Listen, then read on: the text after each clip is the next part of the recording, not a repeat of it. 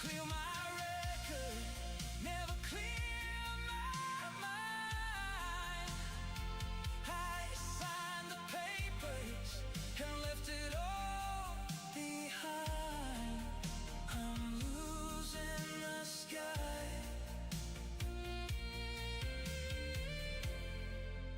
I'm losing the sky tonight.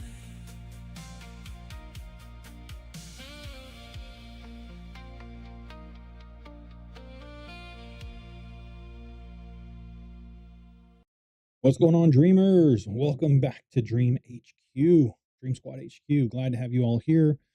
We're going to go on a live stream today. It's Sunday, July 5th, and I know I was going to launch something on Monday, but I got nothing else better to do today but go through my stream. I got some stuff set up, and we're going to do a journey today through the history of Grand Theft Auto.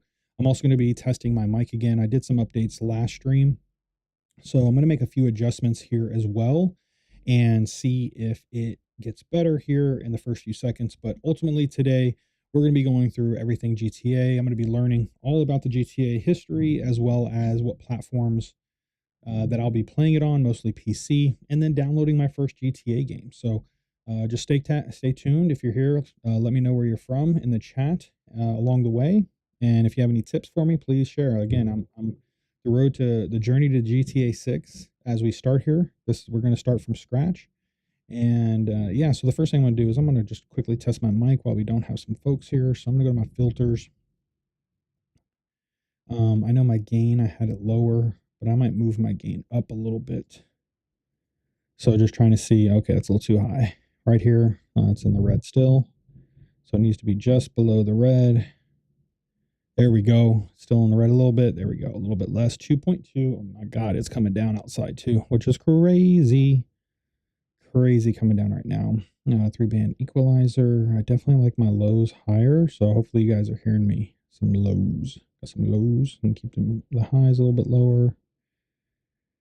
The expander as well. I might lower the expander a bit. It's still in the red. So I don't want it to go in the red when I am jamming with you guys, and it is getting in the red. So I got to make sure that goes down a bit.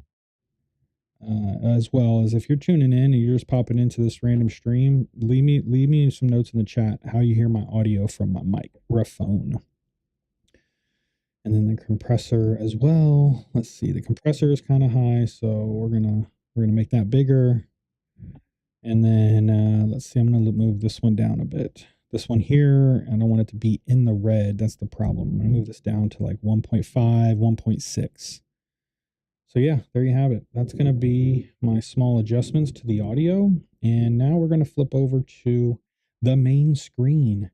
That's the music that I use here in the background. So if you ever want to go check it out, there's been some pretty rad channels that have obviously been coming out since AI is a big thing now. And with AI being such a big thing, you're getting all these cool places to get music. So I'll be using a lot of this in my background. If you haven't noticed it already, they got the Mortal Kombat, Rocky IV, some really good jams here. But we're going to just dive in here and just go over some history. So I'm just going to just type in something like history of GTA. And I'm going to filter it out. And actually okay, I'm on the Dream Squad account, so perfect. I want to look out for highest, let's do,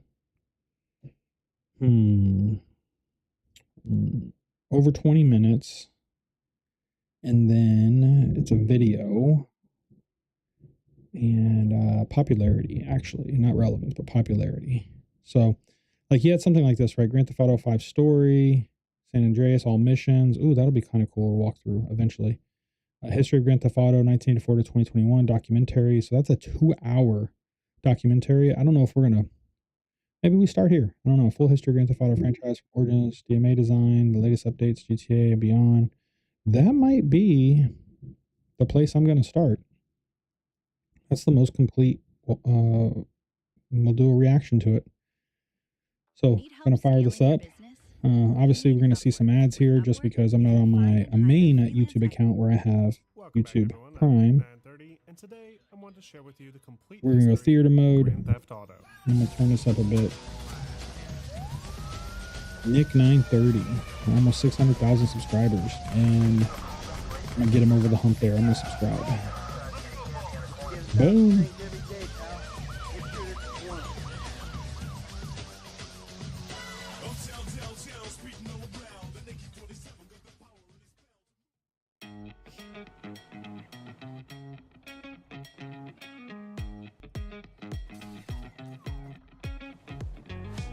Grand Theft Auto is an open-world action-adventure series, published by Take-Two Interactive and created by Rockstar North, formerly known as DMA Design Limited. In each game, players assume the role of a unique protagonist, who find themselves tangled up in the criminal underworld, and need to complete a series of felonious acts around a fictional interpretation of a major metropolitan area. The series is best known for its massive contribution to the open-world video game genre, with highly interactive, large-scale environments that offer an unprecedented level of immersion and realism. But it's for the same reason that the series is often the focus of intense scrutiny and controversy, with its no-holds-barred approach to its adult themes and violence being falsely attributed to the moral failings of American society in the 21st century. But this false equivalency has not dissuaded consumers in the slightest, and has instead only fueled interest in the series further, making Grand Theft Auto not just an enjoyable open-world experience, but a worldwide cultural phenomenon, and one of the most successful video game franchises of all time. So how exactly did this landmark action-adventure series get its start? And what about it has kept it relevant nearly 25 years later? Well, to answer that, let's start by taking it way back to the origin of the series' creators. In 1984, a small group of like-minded computer enthusiasts met up at a computer club in Dundee, Scotland. Club Old school members in computers regular right here. attendance included Dave Jones, an ex-Timex employee who was studying systems engineering, his fellow classmate Steve Hammond, a 14-year-old Mike Daly, and Russell Kay, who had been working with Dave on a prototype for a game for the ZX Spectrum. The group, known as the Kingsway Amateur Computer Club, expressed a deep interest in computer game development and regularly paired off on projects to take advantage of their respective skill sets, often sharing critical programming techniques along the way. But it wasn't until Dave's sci-fi shooter Menace that things really started to take a turn. Tired of building games for Spectrum computers like his colleagues, Dave, along with another of his classmates, Tony Smith, tinkered with a game for the Amiga instead, which allowed for more detailed spaceship designs and more complex parallax backgrounds. The game was heavily influenced by the likes of Konami's Salamander, that at the time was only available to play at the arcade. So, providing that type of experience to a home computer was a big deal, and caught the attention of the Liverpool-based game studio Psygnosis, who agreed to publish Dave's game under their banner. With a publisher now lined up, Dave founded his new studio, DMA Design, which he named after a line in a programming manual for his Amiga 1000, and after several years of development, he released his first successful game, Menace. Menace was a turning point for the group of young programmers, as they realized that there was some serious money to be made in the emerging game development space. At the time, game development was not considered a real profession. Computer gaming was already so niche that developing games for it was seen as more of a hobby than an actual career option. But as the first checks started to trickle in, Dave saw potential and set up shop in a tiny upstairs office space in downtown Dundee. It was around this same time that Mike, Russell, Steve, Tony, and newcomers Gary Timmons and Scott Johnston were brought on as full-time developers for DMA, with some even leaving behind their old jobs and academic plans. Before long, the studio was working on several more games for Psygnosis, most of which were some form of sci-fi shooter. But as Scott began to animate little human enemies for one of his projects, he unknowingly set off a chain of events that would change DMA forever. These little guys are the Lemmings, a short stack of pixels that players would spend years navigating through treacherous puzzle chambers using an assortment of carefully curated tools. The Lemmings started off as a sort of running gag, with Mike Daly and Gary Timmons sharing a couple silly animations of the creatures getting into trouble one day. But after Psygnosis got a glimpse of the characters in action, they were sold on the idea, and the studio entered into full development on a dedicated game starring the suicidal rodents. Lemmings became one of the studio's first big collaborative efforts, with Mike, Dave, Russell, Scott, and Gary all designing as many levels as they could, and even challenged each other to see who could make the most difficult level. It got to the point where they were all masters at the game, and were solving some of the most difficult chambers in record times, which only pushed them to create more ingenious puzzles as a result. Finally, in 1991, DMA released the original Lemmings game, and were immediately met with a surprisingly strong response. Within only the first day, Lemmings had sold well over 55,000 copies, a figure that Mike Daly claims would equate to about 15 million units sold back in 2006, and exponentially more when adjusted for today's metrics. Lemmings overnight became a cultural phenomenon all its own, and skyrocketed DMA's popularity through the roof, even drawing the attention of Nintendo, who saw major potential in the small Scottish development team. Following this incredible success, DMA invested in some major upgrades. They had recently moved out of their tiny upstairs office to a much larger space in an office park near the old university, and had brought on several new employees to handle their many ongoing projects. But now that they were raking in some real money, they decided to expand the operation, and occupied 2 new rooms in the same office complex, including one that they would use for sophisticated motion and audio capture technology. They then spent the better part of the next 3 years building follow-up titles to the beloved Lemmings, with sequel after sequel being churned out, each with a familiar, positive response from audiences. But then, in 1993, Sony made a surprise acquisition of Psygnosis to bulk up their upcoming console division, and along with it, the entire Lemmings intellectual property, leaving DMA without a publisher or their signature Never creation. really played Lemmings. However, this turned out to be more of a Testing audio blessing in right now. disguise. The folks at DMA were burned out on Lemmings and saw this as a golden opportunity to finally return to more mature content. So they turned their attention to the newer 3DO multiplayer console platforms, hoping to build a game that would take advantage of their more powerful components. But after receiving an offer from Nintendo to work on their upcoming Ultra 64 system instead, they quickly transitioned over to an ambitious 3D action-adventure game called Body Harvest. Body Harvest was unlike anything DMA had built before. It was one of their earlier attempts at making a fully realized 3D environment, while also reintroducing their love of more mature and violent sci-fi action. And it was even a featured title used to help advertise the N64's capabilities prior to release. But Nintendo was, unsurprisingly, not on board with Body Harvest's more adult themes. They fell in love with DMA's cute and lovable Lemmings characters, and were expecting the studio to deliver something along those lines. So despite plenty of effort from both sides to compromise, the title ultimately failed to meet the N64's launch window, and DMA had the game published by Midway instead, effectively grounding their relationship with Nintendo before it had ever gotten off the ground. This would inevitably prove to be a critical step for the young Scottish studio, as their supposed moral depravity would be fundamental in securing their next big publisher. In enter the Hauser brothers, whose love of Hollywood action films and the music industry helped pave the way for a full-time gig working at a new experimental branch of BMG Entertainment in London, with an emphasis on the emerging video game space. At first, the two brothers didn't really see much potential in this area. They didn't consider video games to be all that cool or exciting, as the biggest games at the time were geared towards children. But that all changed when Dave Jones stopped by their office in '95 to pitch a unique multiplayer action-adventure game that involved criminals racing around a city being chased by the cops. This project, given the working title Race and Chase, was originally prototyped by Mike Daly, That's like the who struggled for original months to number. emulate the 3D design of Clockwork Knight to function within the confines of a fully interactive metropolis. Eventually, Mike was forced to redesign the game from a new top-down perspective instead, Blurred out with the there. rear wall being textured That's weird. to look like the city streets, and elongated prisms being used to simulate buildings. With the camera perspective now locked in, Mike and Dave worked together to weird. incorporate some rough driving mechanics, along with camera scrolling routines and traffic scripts There to we go. help I better remember playing this visualize what game. the game would play like. But after weeks of playtesting around the office, they realized that the game just wasn't any fun. It was super tough They to initially play. intended to have players select between two teams, the cops or the robbers, and engage in high-speed pursuits across the city. But this concept was quickly abandoned after they realized how boring it was to play on the cop team. Having to obey traffic laws slowed down the pacing considerably, and trying to dodge pedestrians at crosswalks was nearly impossible due to the limited camera perspective. Suddenly, a light bulb went off. Why not have players control the robbers exclusively?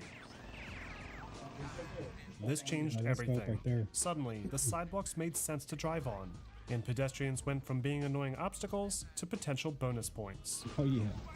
From here, the ideas started to pour in, like having fire trucks respond to fires, and then being able to steal those fire trucks, and switch on their sirens and clear traffic. It was at this point that Dave Yeah. Jones saw real potential in the project and pitched the game to the Hauser brothers, who were That's a so spot. enamored with its open world nature that they agreed to publish it under BMG Interactive, on the sole condition that the game be renamed into Grand Theft Auto. Grand Now that the Theft core Auto. concept was That's nailed the down, spot right the there. real work could begin. Development for the original Grand Theft Auto was messy to say the least. The engine that Mike had built was incredibly unstable, with an insurmountable amount of bugs and glitches, coupled with frequent crashes that made the map design process nearly impossible. They ended up having to draw each of the game's city streets by hand, using massive pieces of graph paper that barely fit on their desks, and when they finished, they painstakingly transferred the designs over to the engine itself. But even after getting the cities up and running, they ran into an even more frustrating realization. The game still wasn't fun to play. Most of the missions involved boring delivery objectives, and they struggled for months to find a way to make them more exciting, with things like power-ups and crazy weapons doing little to improve the feel. Then, one day, one of the game's many glitches caused some of the AI-controlled police vehicles to relentlessly smash into the player's car instead of just pulling them over as intended. It was almost as if they were magnetized to the player, refusing to give up the pursuit. It was so much fun to escape from that rather than fixing it, the developers decided instead to make it a core gameplay feature, giving rise to Grand Theft Auto's signature wanted level system that continues to define the series to this day. But GTA's intense car chases weren't its only big selling point. Ahead of the game's release, the Hauser brothers came up with an ingenious idea to help boost the game's initial sales, and hired ex-publicist Max Clifford to tip off major news outlets regarding the game's vile and immoral nature. Might be okay. The media took the bait, and before long, Grand Theft Auto began to flood newspaper headlines, scaring parents into shielding their vulnerable just children beat from the his ass. exciting new Fucking action me. game set to come out soon that they probably would have never heard about otherwise. The bait and switch almost worked too well, with BGM Interactive threatening to cancel production of the game on numerous occasions, fearing that the negative backlash might hurt their brand. Oh, he's one up But here. the Just team grab at DMA him. convinced them One, one, one. otherwise, confident There you that they go. had a real winner on their hands. And in the fall of 1997, DMA released the very first Grand Theft Auto on Okay, DOS bro. and Windows One more platforms, person up there with with additional the hat ports of for the white, Sony bro. PlayStation and Game 1987. Boy Color following shortly after. The original Grand Theft Auto just one kicks guy off left, in a alright? fictionalized interpretation of New York City called Liberty City. Players assume the role of one of 8 preset characters, each with their own distinctive clothing, skin, and hair color, and are tasked with completing various criminal jobs around town to earn money and progress further in the story. At first, players take on job opportunities from the Mafia, Damn which their usually ass. involve taxiing characters from point to point or delivering They're an fucking unspecified ass, package. bro. After earning their trust, the Mafia then brings the We're player so in on bad. some We more gotta get those lucrative kids fucking opportunities, mansions, like bro. serving Go as the back. getaway driver for a major bank job. But when things get too hot, the player is sent across the country I to a think so. fictionalized interpretation of San Francisco called San Andreas, Ooh, and so San later Andreas was in the reimagined original Miami called Vice City. and Where Vice they City. proceed to meet new What? criminal organizations See, I didn't know and form that. a series of increasingly Did anybody more else deadly know that in jobs the for chat? them, in exchange for money Those to were in the progress original further. games. It's a That's pretty crazy. basic story design, with some repetitive mission Did objectives not know and a that. forgettable plot. But gamers picking up GTA back in '97 were too distracted with the game's potential for mayhem to care. GTA gives players all the tools to wreak havoc across its 3 available cities in any way that they see fit. They can, for example, run across sidewalks and streets, dodging traffic along the way. Or they can alternatively steal a nearby vehicle, even those already occupied by AI-controlled drivers. Oh, The main goal It'd be throughout hard the to course of the drive. game is to earn a set amount of cash in each city, either by completing the structured missions accepted at payphones, or by committing specific crimes like smashing into other cars, flattening groups of pedestrians, talk or about even mayhem. killing police officers using a small but powerful arsenal of weapons. Available firearms in the game include a handgun, a rapid-fire machine gun, a powerful rocket launcher, and the flamethrower. And each weapon has a limited set of ammunition that can be replenished by walking over any weapon icon of the same type hidden throughout the environment. Also hidden in each level environment are specific kill frenzy challenges that task the player with killing a set number of pedestrians within a strict time limit to earn a special bonus reward. However, the action on foot is only half of the GTA experience. Busted. The other half is spent behind the wheel of any of the 50-some vehicles available in the game. These vehicles range from small and speedy sports cars to much larger trucks, buses, and tanks. And to make the experience feel more realistic, most of the cars and trucks even come equipped with a working radio station, complete with its own set of songs and fictional DJ. As players cruise down the road, smashing into cars and gunning down civilians, they'll also need to contend with the game's Most Wanted system, that will send endless waves of increasingly more aggressive police after the player to put a stop to their heinous acts. The player's wanted level status is denoted by the small, digitized policeman heads at the top of the screen. And if a player continues to break the law, more powerful police forces will arrive, making it more challenging for the player to escape. To drop this wanted level, players have two options. They can either drive to a local respray shop and pay to have their car disguised, instantly removing any wanted status. Or they can alternatively find a rare bribe token hidden in the game world that will call off the police without the player needing to pay anything. However, this is easier said than done. The police at higher wanted levels can be extremely dangerous, setting up roadblocks and even arming themselves with body armor and fully automatic weapons, making them extremely lethal when on foot. And this is a big deal because getting killed in this game is the last thing that the player wants. Unlike more modern entries to the series, the original GTA features limited lives to complete chapters. And if a player fails to earn enough money before losing their lives, then they'll be sent back to the results screen and are forced to start the game from scratch. It's a remarkably challenging experience, with some insanely tight time limits for missions, and extremely low time to kill. But this simultaneously made reaching higher wanted levels even more exciting, as any wrong move could result in an instant death. If that wasn't enough, the original GTA also offered its own form of competitive multiplayer, with players able to play locally using a wired modem connection to either race or battle it out across the city. But despite all of its efforts to make the experience as ludicrously fun and enjoyable as possible, the end result still fell short of meeting the expectations of critics. Reviewers often complained about the game's awkward camera systems, and found the gameplay to be more frustrating than enjoyable. But the most common complaints received concerned the game's outdated visuals, that paled in comparison to other late 90s games on the PlayStation. Still, despite its visual shortcomings and its arguably shoddy gameplay design, GTA still managed to drum up some impressive sales numbers, with over 1 million copies sold by the year 2000. The Houser brothers' clever marketing scheme paid off perfectly, and made GTA the game that parents wanted to shield their kids from. And now that the title had its reputation, both DMA and its publisher were quick to move on a sequel.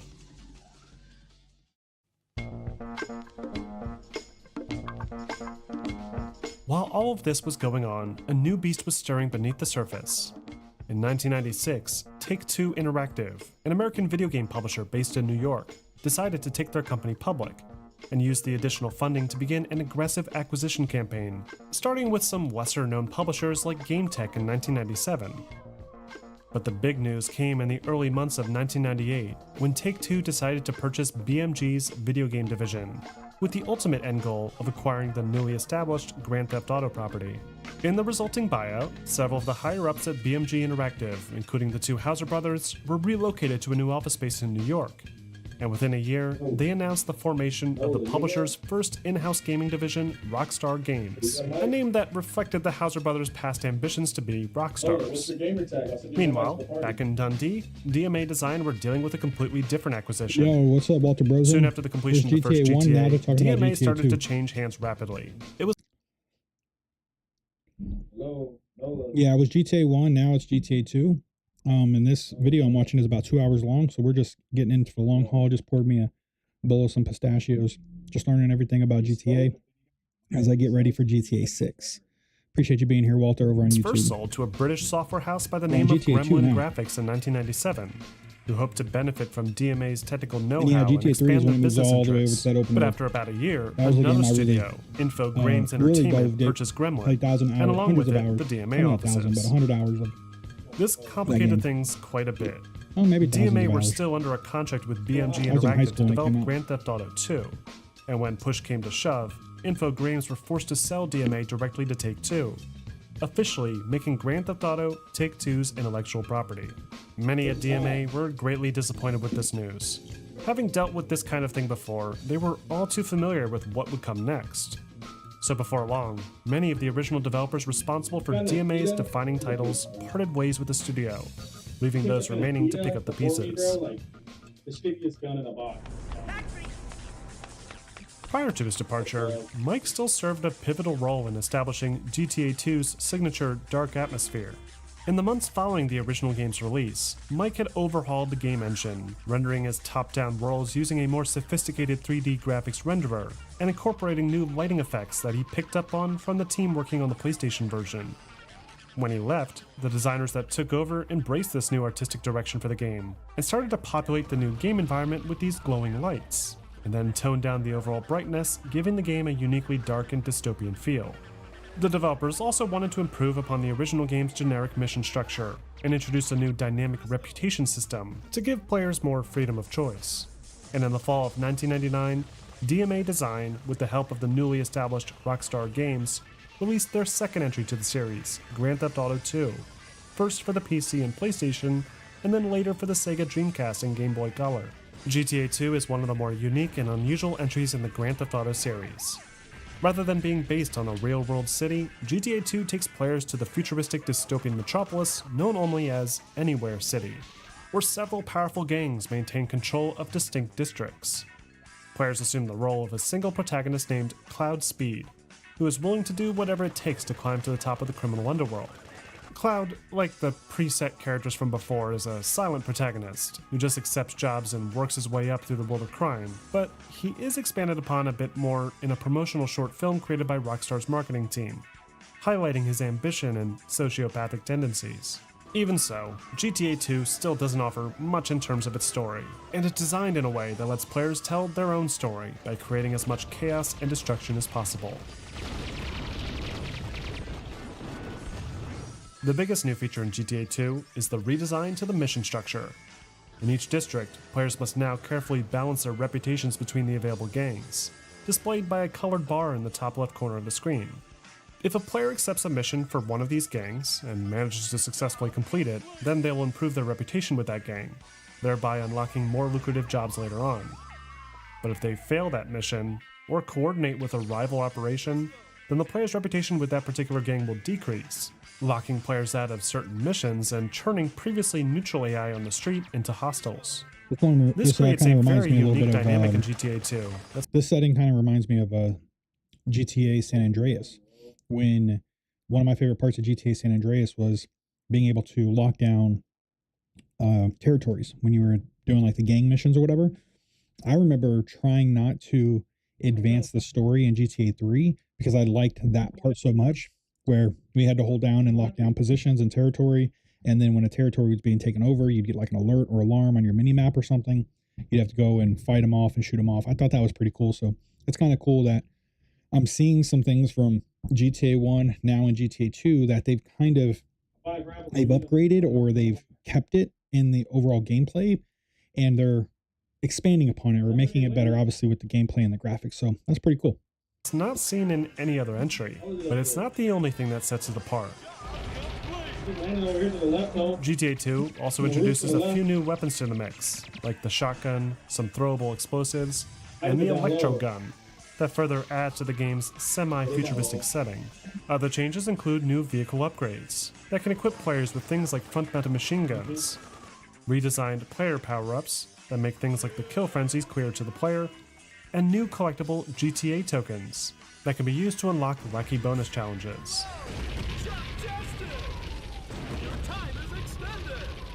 But other than those few changes, and the ability to jump over vehicles, GTA 2 doesn't really do much else to differentiate itself from the original classic.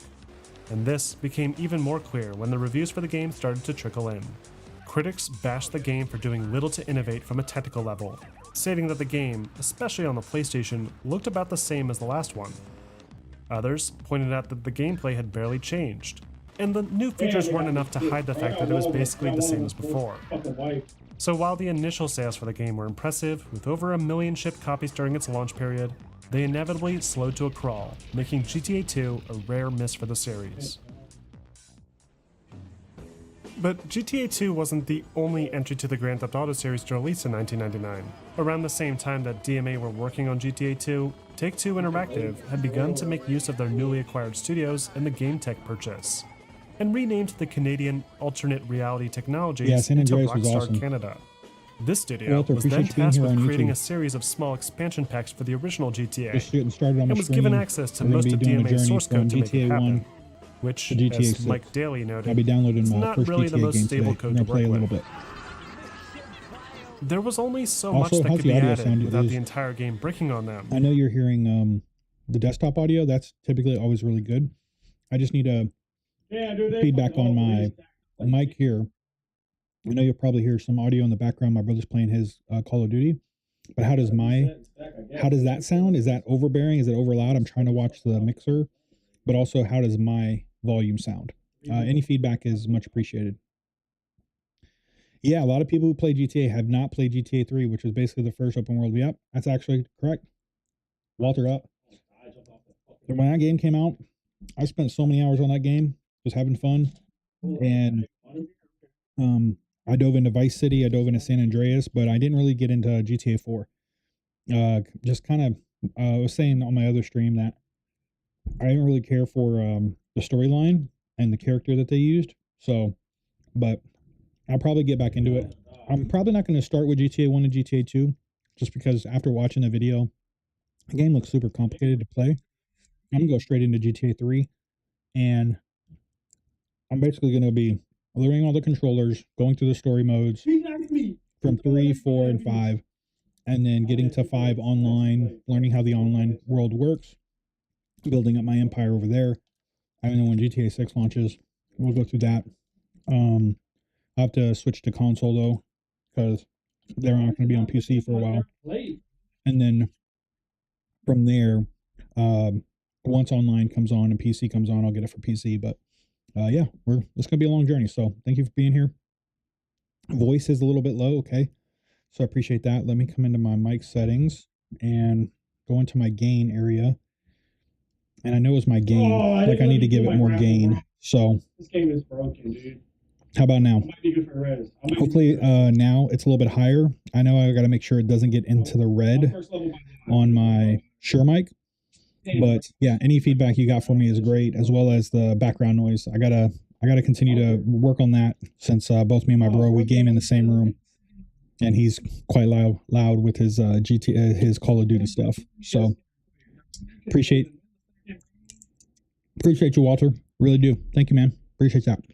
So Rockstar Canada And decided if you to stream instead or have a focus Twitch on or whatever, making just let me mostly know, tag it in the cosmetic chat. I'll go alterations follow it as well and set and their show you support. expansions And, in 1960s and London. if there's something specific you want to All see the me do assets and UI with GTA, redesigned to fit this new theme. let me know. And a new story with some simplistic animated cutscenes were incorporated to help the experience Yeah, that stand top-down out. view is Full development for kinda this weird. expansion took Rockstar Canada a little under a year. And in the summer of 1999, they released the expansion pack GTA London 1969, with a follow-up prequel expansion only a few months later. In this first expansion, players are again given the choice between a series of preset characters, and are set loose to cause mayhem on the streets of London. As far as the mission format goes, everything is handled the same as the original title. Players accept missions from red telephone booths and run amok downtown, gutting down targets, smashing cars into lines of pedestrians, and fleeing from the police. Only, everything has been repurposed to fit within the game's new British backdrop. The AI traffic, for example, I think this will is the one drive I on the used to opposite play. side of the road.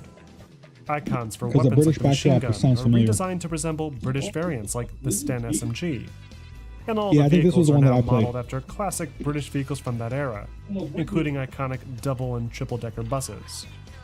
It's a pretty clever twist on the original format, but the cosmetic changes Perfect. Thank you, weren't Walter. I enough to appreciate sway that. critical reception. The expansions were criticized for their lack of actual improvements to the core gameplay, You the man, Walter. and focused on the game's incredibly outdated Chewing visual on these design. pistachios. And Loving my even though it pistachios. still provided the same enjoyable experience as the other two titles, it didn't offer enough to grab their audience's attention, which was made evident by the significantly Yeah, lower I might sales speed this up numbers. just a touch to get Even to like so, the new. the development team behind the expansion weren't newer done quite version. yet. It is interesting learning about some of this A stuff. few but months later, okay, I released think the I wanna get follow-up to about- GTA London 19. Real wanna test get for right the team here. involved, as all the developers Here we responsible go. were GTA brand new 3 to the development. Let's studio get there. and were Let's do working that. with We're tech gonna skip that they ahead. had never worked with before. But even so, they came together to deliver a unique and charming experience, and the end result was well received by critics. But more importantly, Rockstar were impressed with what Leslie and his team had managed to accomplish, and tasked the group with tackling the next mainline entry to the Grand Theft Auto series, built to take full advantage of the upcoming PlayStation 2. PlayStation To 2 accomplish is a this, beast. Rockstar secured an extended license to use Criterion's new game engine, Renderware, that had proven more than capable in the 2000 game Burnout. But unlike Burnout, DMA were faced with the daunting task of cramming all the complex city simulation associated with the top-down GTA series into a fully realized 3D world, without tipping over the memory limitations of their PS2 dev kits. They first started by planning out the general layout of the city, beginning with the basic geometry and roads, and then erected simplistic city structures to try and approximate the level of complexity that they were dealing with. Then, Leslie, together with programmer Adam Fowler and lead artist Aaron Garbett, came up with an ingenious streaming solution that effectively streamed the environment off the CD around a fully rendered polygonal object, in this case, a car. By doing this, they could circumvent the obvious memory limitations of the console itself to allow players to traverse through a massive open-ended environment almost seamlessly, a discovery that would inevitably influence the design of every GTA game moving forward. Yep. Now that they had the streaming method in place, the developers then began to populate the world with even more detail, modeling out tons of cars, designing weapons, and testing out the general player movement and controls. Meanwhile, a team of writers, including Dan Houser himself, penned the game's script, which would fundamentally transform the identity of the series. Yep. With the first few games recognized today as the 2D era, the plot felt disjointed from the gameplay experience, with mundane mission objectives having almost nothing to do with each other. But thanks to the new mocap studio DMA had purchased previously, GTA 3 would be the first entry in the series to feature fully voiced and motion captured cutscenes, adding substantially to the game's general tone and feel. They even hired a few big actors to take on some of the game's characters, including Robert Loggia, Frank Vincent, and even rapper and songwriter Keith Guru Elam. In the final years of development, things became even more hectic. The art direction underwent a number of major changes, with early builds of the game having more of a bright and colorful, cartoon-like quality to them. But this was later changed to accompany the game's darker story tone. And new visual effects like rain and trail blur were introduced to help give the game a unique visual flair. In June of 2001, DMA took an early build of the game to the Electronic Entertainment Expo in Los Angeles, eager to show off the exciting new title that they had been working on. But to their dismay, audiences didn't seem all that interested in what they had to offer. It was almost as if people had forgotten about the Grand Theft Auto series entirely, and instead flocked to booths showing off new games like Metal Gear Solid 2, and a completely different Rockstar game called State of Emergency. Following this disappointing trade show debut, DMA returned home determined, knowing full well that what they had to offer was far more exciting than anything that was shown at E3. Then, just as they were getting ready to ship the game worldwide, tragedy struck, with the September 11th terrorist attacks in the United States. The attacks were not only emotionally devastating for the company, but even directly impacted Rockstar's headquarters in New York, as they were forced to vacate the building for over a month. What's more, investors started to worry that GTA 3's parody of New York would now come off as insensitive, forcing DMA to make several minor cosmetic alterations at the last minute, including remodeling the emergency response vehicles, disabling projectile collision with prop planes at the airport, and even adjusting the city's skyline to avoid any coincidental imagery. They even were forced to submit a new design for the game's cover art, resulting in the iconic comic book collage that the series continues to use to this day. I think it was pretty stupid though. I think they should have kept it all in because Finally, it's a after homage to several what we years of do, and development like it's and like an where it's unforeseen at now. last-minute delay, Grand Theft Like Auto think about it. released- For those of you watching, like tell me, like, do you guys enjoy how what they've been able to do with GTA 4, 3, 4, and 5, and now they're going to be doing 6? Where that's something I'm going to try to not expose, but experience. I'm going to try to find. I'm in Florida. I'm in Orlando. I'm actually going to take some time to try to drive to some of these locations and try to like see the similarities of Miami and Vice City and how they are similar. And then I used to live in San Diego, so I would go up to LA and check that out, but I ain't going back to California, all that stuff. I'm gonna stay out here in Florida. But there's gonna be like a lot of cool things I'm gonna try to do when the games come out and try to find the similarities. But I think, me personally, I wish they would have kept some of that stuff in the game. I'm somebody who likes, as real as possible. And I think when video games start to teeter on like it was a sensitive time. Yeah, it was a sensitive time. I actually joined the military a year after that, and I went fought for the United States, for my country. And I just think it's like a missed opportunity to be able to have like a callback of like, hey, the Twin Towers that were supposed to be a landmark, that would have been a huge landmark in that game. And we could sit back, 20, 30, 40, 50 years later and look at the game and be like, man, that's pretty dope. But, I guess, companies, they make those decisions, and at the end of the day, they did still well. They're making GTA 6 and grossed like $3 billion or something on release. So in October who am of I? Why should they 2001, listen to me? exclusively for the PlayStation 2, with PC and I'm just a Xbox gamer. I'm ports just a releasing dreamer. in the years that followed. Just like the rest of you Grand guys. Theft Auto Got 3 my brings dreamers here players watching back in. to Liberty City, with an entirely brand new storyline completely unrelated to the original 2D era games. Players assume the role of a silent protagonist named Cloud, not Wow, to be there it confused is. with the character with the same name in GTA 2. Oh shit, bro. In the game's opening cutscene, Cloud participates in a bank robbery with his girlfriend Catalina. Gets caught and then Before he he gets can reach the released, getaway right? car, Catalina double-crosses him, leaving him for dead in the alleyway. And he's stabilized by the police and subsequently sentenced to 10 years in the Liberty City Penitentiary. Mm. A few weeks later, while en route to serve his sentence, the prison convoy holding Cloud is ambushed by the Colombian cartel, who kidnap one of the prisoners and then destroy the bridge with an explosive, cutting off access to the central island. This is where the game begins, and players are given full control of Cloud, and kick off their journey through the criminal underworld of Liberty City to not only earn some cash, but exact revenge on Catalina. The game's core structure is eerily similar to that of the original GTA, with players taking on jobs for the Italian mob and then quickly escaping to the next area when things get too hot. But thanks to the new animated cutscenes, there's substantially more weight to each of the game's missions, adding actual personalities to the various crime Yeah, I'll bosses dove that into this players story are big forced to time. interact with. I see nothing but good Oh, things here, for here, you, my you can boy. finish this. Memorable Okay. characters include Cloud's friend Finally, they 8 got Ball, me. who accompanies I thought Cloud this during was their all initial right, prison right, break, Don Leone and his wife You Maria, not want to go over the there, crooked yeah. cop Ray Machowski, and the egocentric billionaire Donald They're Love, pretty good, they're pretty that good. has a bit of an interesting appetite. Like GTA 2's level environments, Grand Theft Auto 3's Liberty City is oozing with personality. From its absurd billboards and posters, to the ridiculous things pedestrians will say as the player Yeah, passes by. Walter. My mother's my sister. Everything about GTA 3's world is purposely I built to agree. parody how the media portrayed American society in the early 2000s. With things like violent crime, prostitution, and But, corruption being a like I common said, attribute of the The, city's the game did inhabitants. well.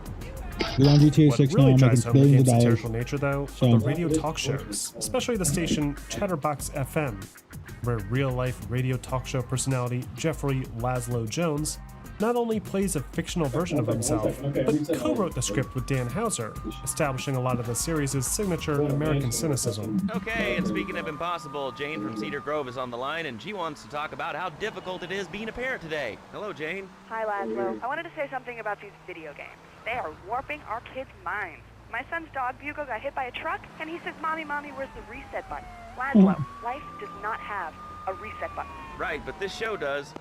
I love that button. But despite its major improvements, GTA 3 is still fairly lacking in the story department, Spoilers. with each character's personality being wholly attributed to common stereotypes. That again is deliberate, but doesn't necessarily make for the most engaging narrative experience. But remember, this was 2001. The idea that a game could deliver deep and well-crafted storylines was not at all in the norm, especially not in the action-adventure genre. Instead, GTA 3's true strength lies in its revolutionary open-world gameplay design, with a highly immersive world to explore, along with plenty of reworked gameplay mechanics and missions to help populate it. Yeah. Thanks to the efforts of the programmers at DMA, Grand Theft Auto 3 is the first entry in the Grand Theft Auto series to feature a dominant third-person perspective, positioning the camera behind the player model rather than above. Though, if players want, they can still swap to a top-down viewpoint if they're feeling nostalgic. To make the most out of this new perspective, GTA 3 also features a more believable game world to play in. This interpretation of Liberty City isn't just a jumbled mess of streets and buildings like before, but rather a living, breathing world that's enhanced using a full day-night cycle and randomized weather effects. Yeah. The city is broken up into 3 districts that each have a distinctive look and feel. The first district is Portland, an industrial lower-class area based heavily around New York City's Brooklyn borough. Oh, Here, yeah. players will experience the seedy criminal underworld at its worst, with gangs like the Italian mob engaging in open warfare with the neighboring triads, while hookers and pimps roam the red light district. Hookers and The pimps. second area, only accessible after completing enough missions, is Staunton Island. This is the city's business district, built to resemble New York's Manhattan Island. Here, there are towering skyscrapers, a football stadium, a casino, and a shopping mall that all serve as a backdrop for yet another criminal rivalry, this time between the Yakuza, the Jamaican Yardies, Ooh, and the real Colombian back in, cartel. bro. Finally, there's Shoreside Vale, where Liberty City's elite reside, with white picket fences, swimming pools, and high-end mansions. Together, Got my these three pistachio districts, fixed in. along with the added Hopefully verticality, I didn't make get for a much macking more on you guys. intricate and complex game world, making it much easier to get lost within it. So, to help players find their way, GTA 3 also introduces the radar to the player's heads-up display that shows the player's position relative to nearby streets, along with any relevant map markers to help locate new objectives. To traverse through these worlds, players can catch a train and walk around, or more practically, steal any automobile that they see and drift around the city streets. Driving in GTA 3 is a big improvement over the 2D titles now that players can see more than 20 feet in front of them. Though this new perspective also brings with it a more realistic physics system, with vehicles that can tip and roll, causing them to spontaneously combust and explode if a player isn't careful. Boom. All the vehicles you'd expect can be found cruising the streets of Liberty City, like sedans, sports cars, and trucks, many of which will only spawn in specific areas to add to the simulation. Though, if a player wants to, they can now deliver their favorite stolen vehicle to their personal garage at a marked safe house, and then save it for later use. GTA 3 is also the first entry in the series to allow players to pilot boats and airplanes. Though the only drivable plane, the Dodo, can be challenging to keep airborne with its clipped wings. GTA 3 also sees a total overhaul to its on-foot character movement. Gone are the awkward tank controls from the past, replaced by a much more modernized control scheme, where the left joystick can be used to move the character, while the right joystick can be used to control the camera when in a locked first-person perspective. GTA 3 also Headshot. is the first entry to introduce a sprint key, giving players an extra speed boost to evade danger, though it can only be used in short bursts at first, with Cloud getting tired and slowing down after a short while. The increased verticality of the level environments, coupled with the ability to control the camera, also plays a big role in how the combat is handled. Enemies Oh boy, won't he just got appear lost his directly in front of face. the player after all, 300 so meters, a new bro. aiming system has been implemented to account for this. For console players, the default aiming system utilizes a lock-on mechanic that can swap between targets within range of the equipped weapon. And on Wait for it to PC, move, bro. players can Move make the use gas. of a new free aim system, allowing for even more precision. Weapons in GTA 3 Whatever include you- classics like the pistol, assault rifle, flamethrower, and rocket launcher. Though there are newcomers like the Uzi that can be used to perform drive-bys, a shotgun for close quarters, a fully auto M16 and sniper rifle, both powerful enough to dismember enemies, and throwable weapons like Molotov cocktails and frag grenades, useful for destroying vehicles and taking out hostiles hiding in cover. These weapons are gradually unlocked throughout the course of the campaign, and can either be picked up off the ground like before, or purchased from any of the available ammunition gun stores throughout the city, Bridge too. though players need to be careful not to be arrested or killed, as all of their collected weapons can still be removed after they've been booked by the police. The police 180. system has also seen a big change with the leap to 3D. Like before, causing mayhem will attract the attention of the local authorities, giving the player a wanted level. Only the max wanted level has now been increased to 6, with more nuance to each level leading up to it. At 1 star, the police are pretty easy to get away from. They won't actively spawn looking for the player, One far and out here instead broken. will One far run out up there and try to broken. arrest the player if they happen to be in the area. At 2 and 3 stars, the police become much more aggressive, and will actively drive around searching for the player, and will also open fire when possible. By the time the player reaches 4 stars, the SWAT teams are called in, who are much more heavily armored and carry automatic weapons. Roadblocks begin to pop I up know. regularly, cutting off Got key played. roads, and trying to Put them out escape the on water, foot put them out the is water. practically impossible. If the player somehow manages to survive this, then they'll need to contend with the deadly FBI at 5 stars. And finally, upon reaching the maximum 6 stars, the Army, who will drive in big military-grade transports and armored tanks. Oh, this. No. It's a far more robust system, Not and good? probably one of Okay, GTA sorry, 3's sorry. most fun mechanics to toy around with, as escaping from higher wanted levels can be quite the challenge. To do so, players need to evade the police long enough for the stars to disappear. Though at the higher wanted levels, it can be extremely difficult due to the sheer volume of first responders on the streets. But it's still not impossible, thanks to the returning police bribe tokens and pay and spray stations, along with the increased verticality of the level structures that allow for some creative getaways. He's broken inside.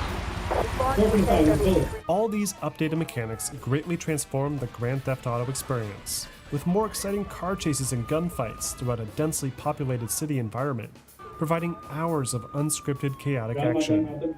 Though there's still plenty of structured content to enjoy as well, including over 50 mainline story missions, each more challenging than the last. Along with the many main story missions, there's several optional side jobs to participate in as well. These include payphone missions that are typically simpler but don't against the story, off-road missions that have players driving through checkpoints on uneven terrain to beat the clock, and RC missions White, that have baby, I got players all three of them. destroying I got target all three of them, vehicles baby. using a I little got all three RC of them. Look at car. this kill cam, bro. Oh my god. I'm not telling Pets you, make your family.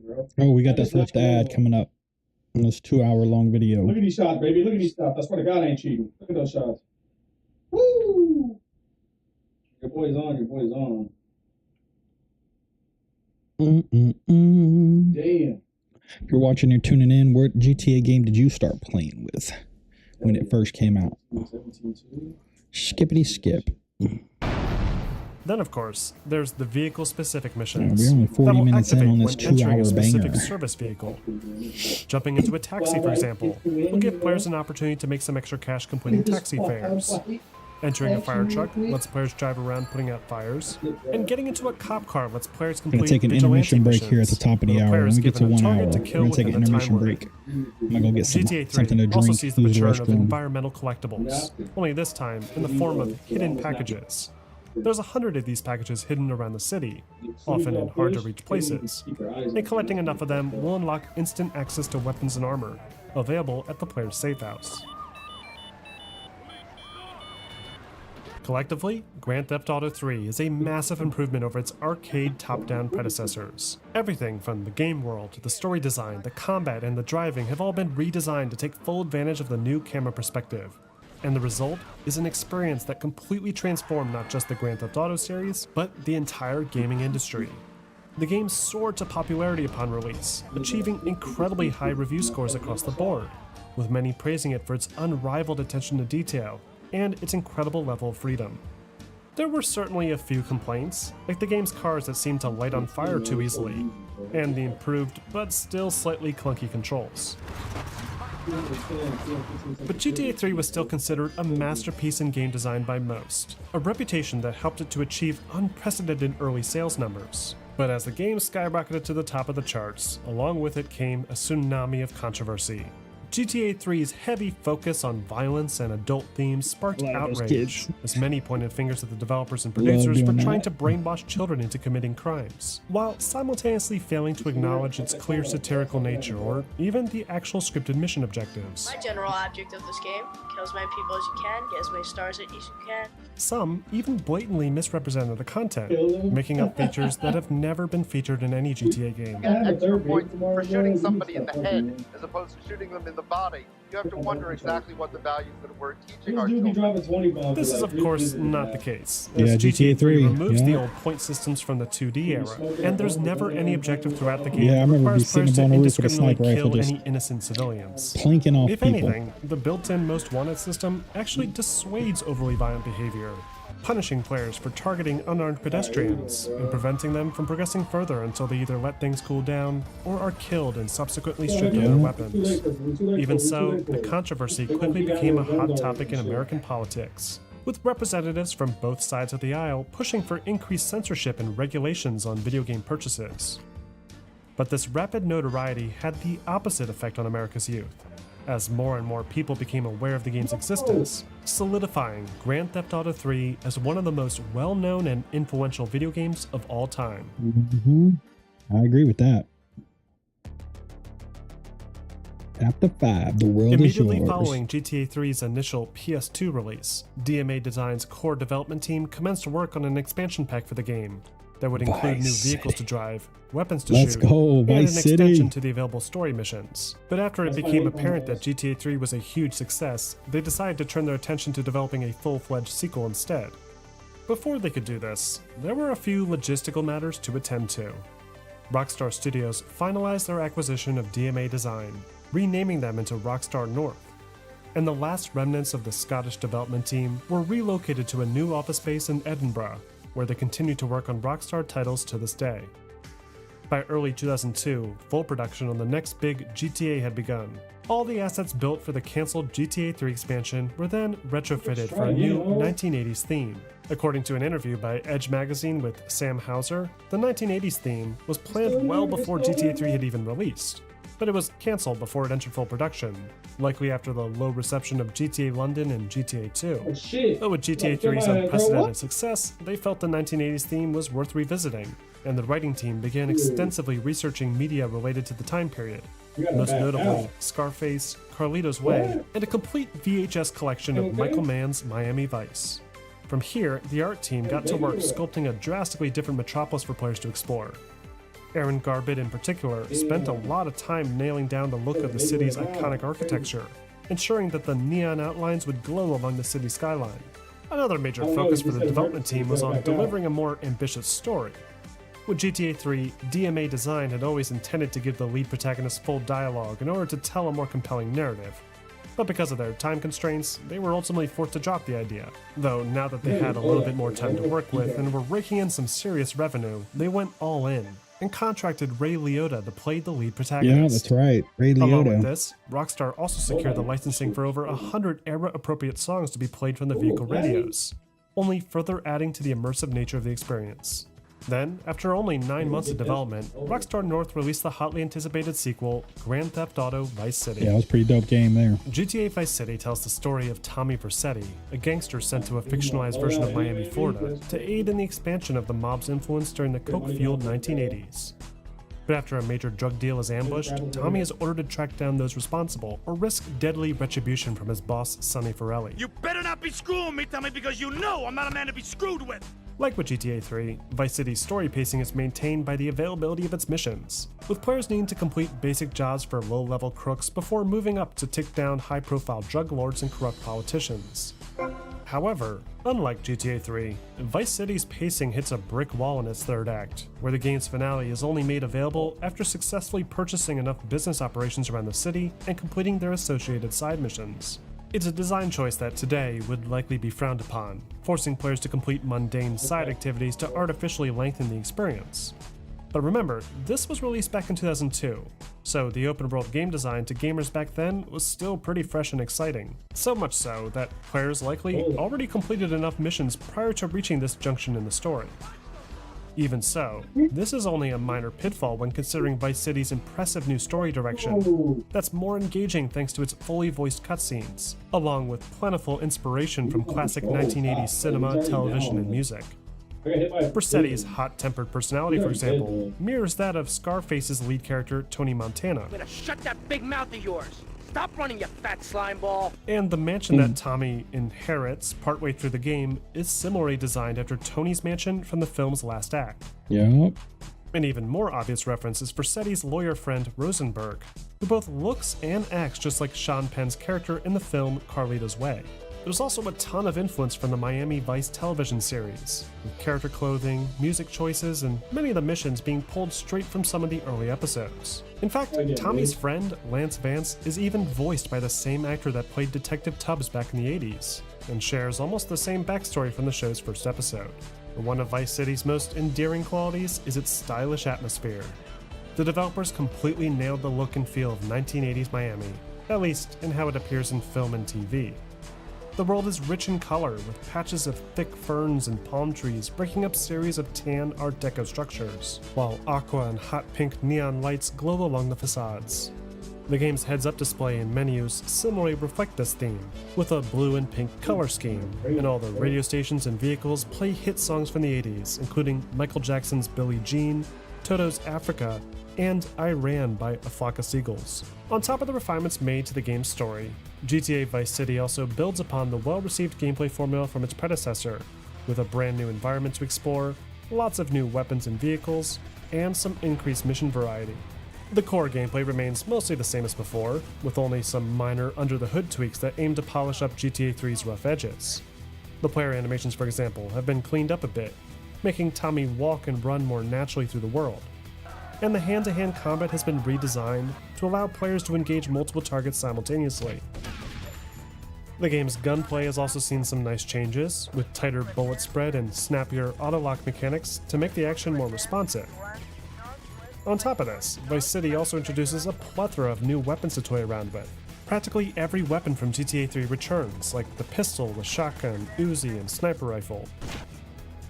But there's now higher-end alternatives for each of these weapons, including the Python revolver, a SPAS 12 shotgun, a Ruger carbine, and a semi-automatic PSG-1 sniper rifle.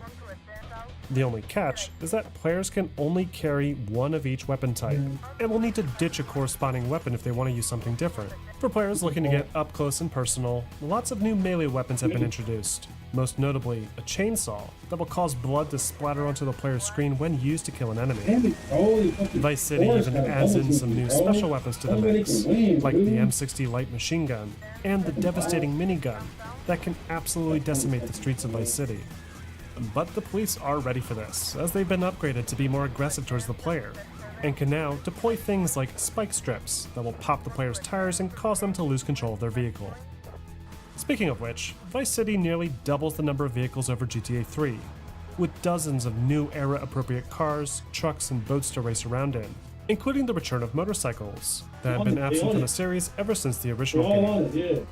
Vice City is also the first entry in the series to introduce pilotable helicopters, along with a plane that Right, there weren't doesn't any have its motorcycles in wings GTA clipped.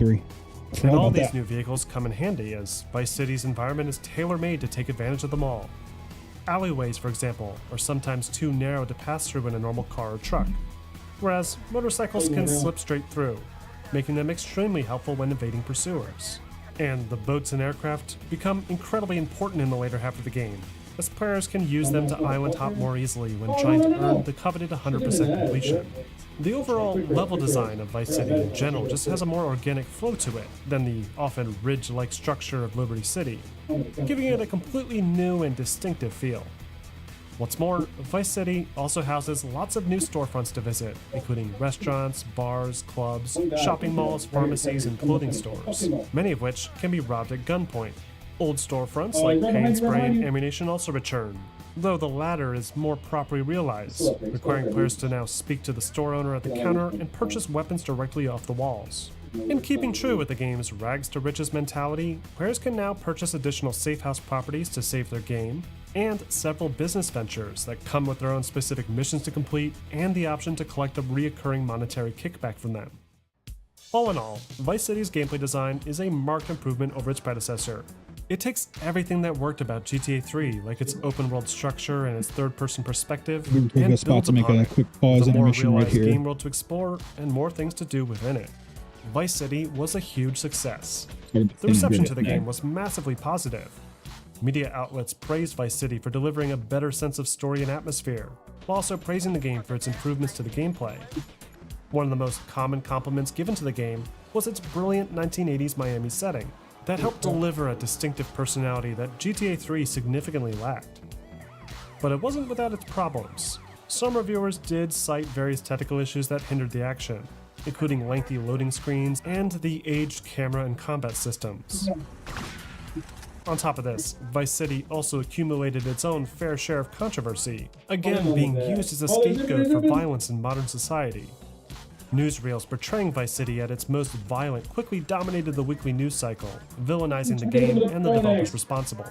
One group in particular cited a more specific reason for concern, claiming that Vice City's portrayal of Haitian immigrants, that make up one of the many criminal factions within the game, was detrimental to real-life Haitian Americans, and may incite violence against them. Protests regarding this issue were staged outside of New York City Hall following a report on CBS, eventually prompting Rockstar to add in a disclaimer, adjust some that? dialogue, and remove all mentions of Haitians or Cubans from later ports of the title. However, this would only be the beginning, as the controversy surrounding the Grand Theft Auto series would only continue to escalate alongside its rapidly growing popularity. I didn't know that part about the Haitians and the Cubans. All right, I think it's a good part to pause right now while it gets into this new chapter. I'm gonna throw on some music while I go do a quick intermission break. So Walter, anybody else who's watching, appreciate you guys being here for this first hour, walking through. Let's see, let's just do Hot Nights. Let's see what Hot Nights sounds like. I'll get this rolling for you guys. It's a lot louder than I wanted it to be. Bring it down a bit. Bring it down a bit.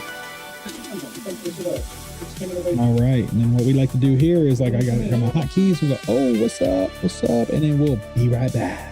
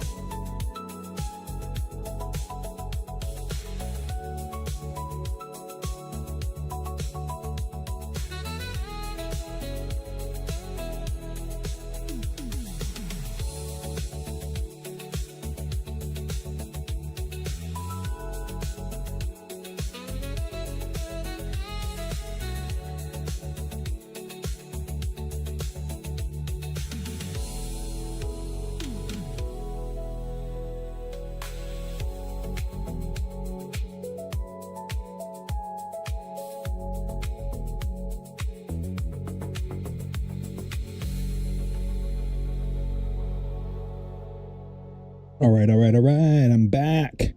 Just in time for the song to stop. We're going to switch back over to the Grand Theft Auto history of Grand Theft Auto 1984 to 2021. I think we're on chapter 6. So for those of you just tuning in, glad for you guys to be here. My name is Matthew, the creator, owner, face, sound behind Dream Squad 24. We're doing everything under the sun GTA until we get to GTA 6. I am a veteran gamer, served in the military, 43-year-old veteran dad gamer, and I'm a dreamer. And so I love playing video games. I've gotten away from GTA for a very long time now, so trying to get back into it with GTA 6 release. And why not document the whole series here, have some fun with it, and like I said, I'm Summer of 2003, semi-retired, so let's get into it. 18-year-old Devin Moore was placed under arrest in the state of Alabama for attempting Grand Theft Auto. He was only 18 years old, a recent high school graduate that had no prior history of violence or aggressive behavior. But while being escorted into the police station, Moore stole a handgun from an officer, killed 3 people, and then attempted to flee in a stolen squad car, How about that? only to be detained again shortly after.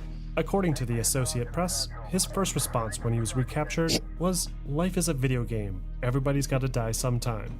The story sent shockwaves through the media, reigniting fierce debates regarding violence's place in video games. And because Moore was identified as being an avid gamer, his legal defense even tried to make a case that games like Grand Theft Auto were to blame for his reprehensible actions. But the judge handling the case dismissed the connection, denying the defense from introducing the games as evidence, and the follow-up civil suit presented on behalf of the victims were similarly thrown out, striking a major blow. Yo, I kind of remember this a little bit, and this would have been huge precedent set if they had allowed the game as part of the evidence of why he was doing those crimes or whatever he did, because when you think of the U.S. justice system and how it works, is it goes off of previous cases. And so if one judge lets it enter as case law and it goes to like the state level, the supreme level, and all the federal levels or whatever, that would have been game-changing crazy for a lot of the crimes that were happening, where people could just say like, oh, I was influenced by Grand Theft Auto, like I'd spend hours and hours just going around the city and blowing stuff up and murdering and robbing and doing all this stuff. And so like, yeah, like I'm a little, that's why I did it, right? I thought it was just a game. And that's where so many people would have been just sent to the crazy asylums or never been prosecuted fully. Who knows what the world would look like today. But, I do vaguely remember around this time, not only was it Grand Theft Auto, but I think Eminem was going through a bunch of stuff with his rap lyrics. And, the drama behind Eminem and when he first came out and what he was saying in his music videos and his music and it was like, if we allow people to have an scapegoat of like why you did something, like, come on, people, like I'm a realist, and what you'll learn as you continue to follow me and watch my streams over time is we make our own luck, but we also have to take responsibility for our own actions. And whether you're in a heated state, a fight or flight mode, you are ultimately responsible for your actions. I've been in a couple scenarios in my lifetime where I've done something and I've taken responsibility of those actions, regardless if it's somebody else like triggered me in a way or I did something in a way. I have to look back at it and say like, that was me, all me. And so that's why sometimes because I got kids, it's hard for me to just say like, oh, well, like if my kid was taken advantage of or hurt or whatever, like I honestly don't know how I would respond in those scenarios. So when I see other stories coming out of like a mom or a dad doing something to somebody because their kid was hurt or harassed or abused or something, I'd like to sit here and think that I would, try to take the upper ground and be stoic in those scenarios. But come on, let's be honest. Like those emotions are you don't know what those emotions are going to be like. But to sit there and say like, oh, I only did that because I used to watch movies and I watched this one movie like this. And so that's why I responded like that. And so like, that was the reason why I did it. Because I watched this movie or I played this game or I listened to this music artist was saying it in one of his, in his videos. And so like, I just wanted to be like him. That would have been crazy. Would have been crazy. Anti-violent video game activists. In the following years, Take-Two's legal teams would continue to fend off multiple lawsuits targeting their properties. mainly pertaining to Grand Theft Auto and its violent content. Decisions. Though, as it turns out, it wouldn't be the violence that would get the company into Come on, hot bro, water. watch out. Meanwhile, back in Edinburgh, the developers at Rockstar North entered into production on a brand new property, hoping to Oh, capitalize yes. on their What is growing this one reputation called? among their audience. This Oh, project, later given the name I forgot. Manhunt, was Manhunt, built using dang it. mostly the same Pull it up technology quick, as bro. GTA, I remember Manhunt. though when looking at it, it's understandably difficult to tell. The game is basically the opposite of Grand Theft Auto, with much smaller, restricted spaces and a far more serious tone, making its extremely Local. violent premise all the more shocking. As expected, it generated some major backlash from anti-violent gaming activists. Hey, so one more Though coming this out the door. time, even some members at Rockstar Games felt they might have gone too far, admitting that, at least in GTA, you weren't being forced to perform horrible atrocities. But when reviews started to pour in, praising the game for its excellent stealth action and unique premise, it became clear that Rockstar weren't just chasing after a shock factor, but rather expanding the medium to appeal to the more mature demographic. Though of course, Manhunt wasn't the only project being worked on by Rockstar North at the time. Grand Theft Auto was still their keystone property after all. So as work was wrapping up on the PC version of Vice City, writers Dan Houser and James Worrell started to draft plans for the third installment. When deciding on the next setting, they agreed early on that the final game in going their again, 3D bro. trilogy would be set in San Andreas, being as it was the only location from the original game yet to receive the 3D treatment. And in keeping with the new precedent they had set with Vice City, they opted to build their story around a go straight distinctive to a cultural napalm, theme, bro. this Get time, the fuck the inner outta city here, hood bro. life during the early 1990s. As expected, a story about life in the hood, centered around a predominantly black cast of characters, was a bold direction Dude, for a I team of grabbed Scottish the developers roof, to got hit take, instantly especially when a they story come. that was Nobody- set to y'all use the gotta call that infamous shit out. LA Sometimes riots it as a doesn't backdrop register for the our shit. action. So, to ensure I that the didn't get a topic was treated with notification either, respect, bro. they also hired rapper, Fuck. producer, and director Mark I heard Jordan, the shit coming aka in, but I didn't know it was DJ gonna Pooh, land right who assisted there. in writing and provided consultation throughout the course of development. Want him going, Additionally, you know, Mike? the entire development team were flown to California to conduct field research Yeah, in heard areas the they whole plan to damn represent, time, bro. including some of the more dangerous streets in Los Angeles, and then cross-checked architectural designs and landmarks with their New York offices to avoid any time-based errors.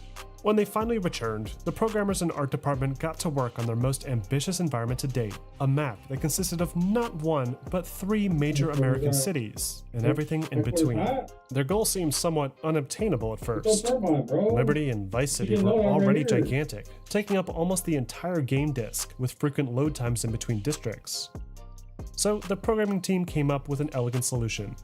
Rather than having all the assets in the world like buildings, vegetation, and decoration load together in giant chunks, a new render pipeline would convert distant objects into lower poly variants, and materialize only when within range of the player. This allowed the art team to hugely expand the scope of the environment, with 3 massive cities only making up a fraction of the playable space. But they also didn't want this space to be empty, so they worked on implementing a new animation scripting interface that could be used to generate hundreds of unique gameplay mechanics and immersive features.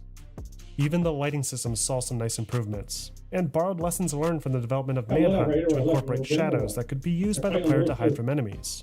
Finally, after an extended 2-year development period, Rockstar Games released the highly anticipated next.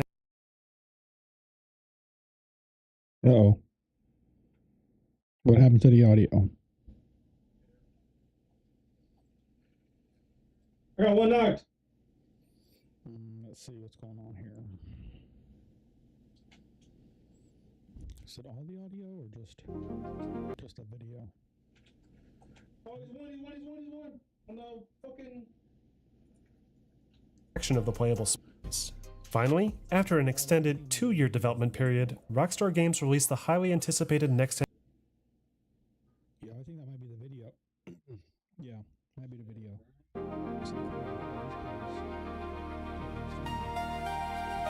That's my C4 in the mail. So let's see when it kicks back in. Yeah, San Andreas was pretty dope though. I liked it, especially the character development around like how you could be fat. That was another thing. Also, let's see my mic, my filters. I think my limiter was part of it. There we go. Let's see, limiter. I think the limiter is good to keep you from like the screaming. Can't get too loud into the reds. Oh, he got me? Come Yeah. on. I need some help up here, bro. What the fuck? So Getting shot in the I think fucking that's ass, good. I'm getting shot in the front, getting shot from the ground underneath me. All right. What's going on with the audio? That's crazy. I'm going even loud. I don't even care. Let's Base go. of water for the first There time. we go. New features. Yeah, kind of weird there how the audio just shuts out like that. And then it kicks right back in here in a couple seconds, it looks like. Got my shit. The hour, 2-minute mark. There it is. When it Yeah. comes to its gameplay design, San Super Andreas crazy. offers a significant number of changes, improving on aspects that worked well before while also adding new features to further immerse the player. The core gameplay remains the same as the past two games, though there are a few long-requested features to round out CJ's abilities. Players can finally swim in bodies of water for the first time, unlike before where touching the water would instantly kill the player. And short walls can now be vaulted over, making traversal on foot through alleyways and backyards more practical.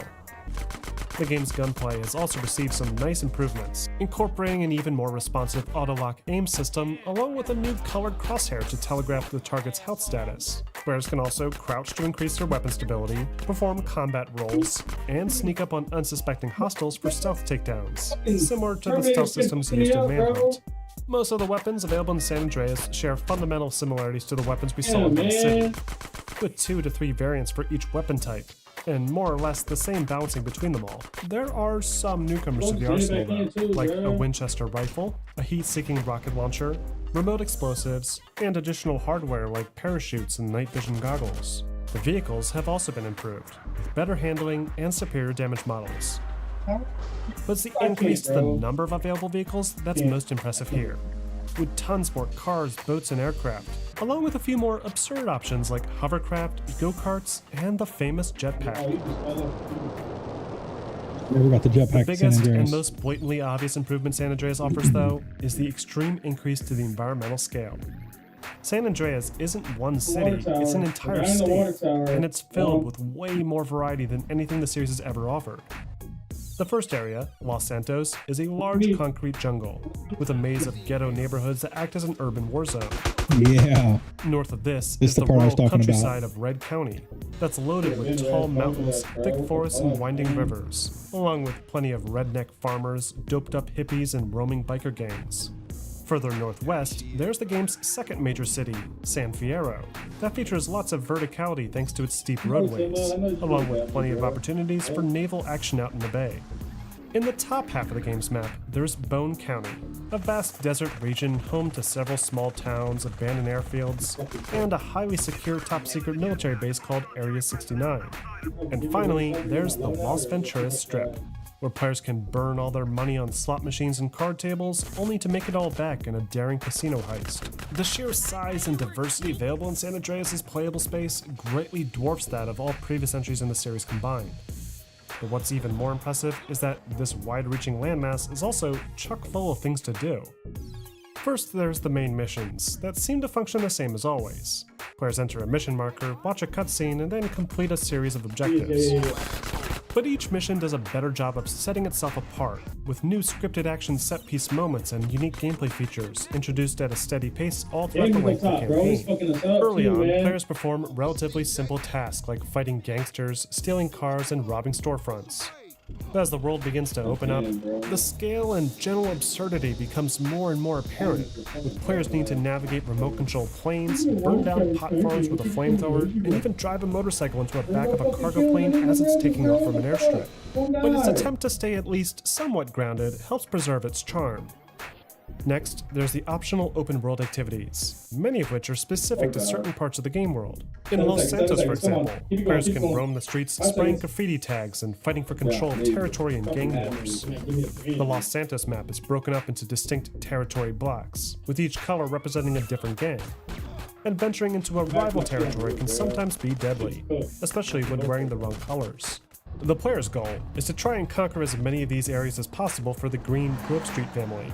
This is accomplished by traveling into enemy turf and killing waves of enemy gangsters, and then defending any conquered territory from retaliatory strikes. To sell the fantasy further, players can recruit gang members using their earned influence throughout the campaign, and can even perform group drive-bys just like the ones in the 90s hood films that the game tries to emulate.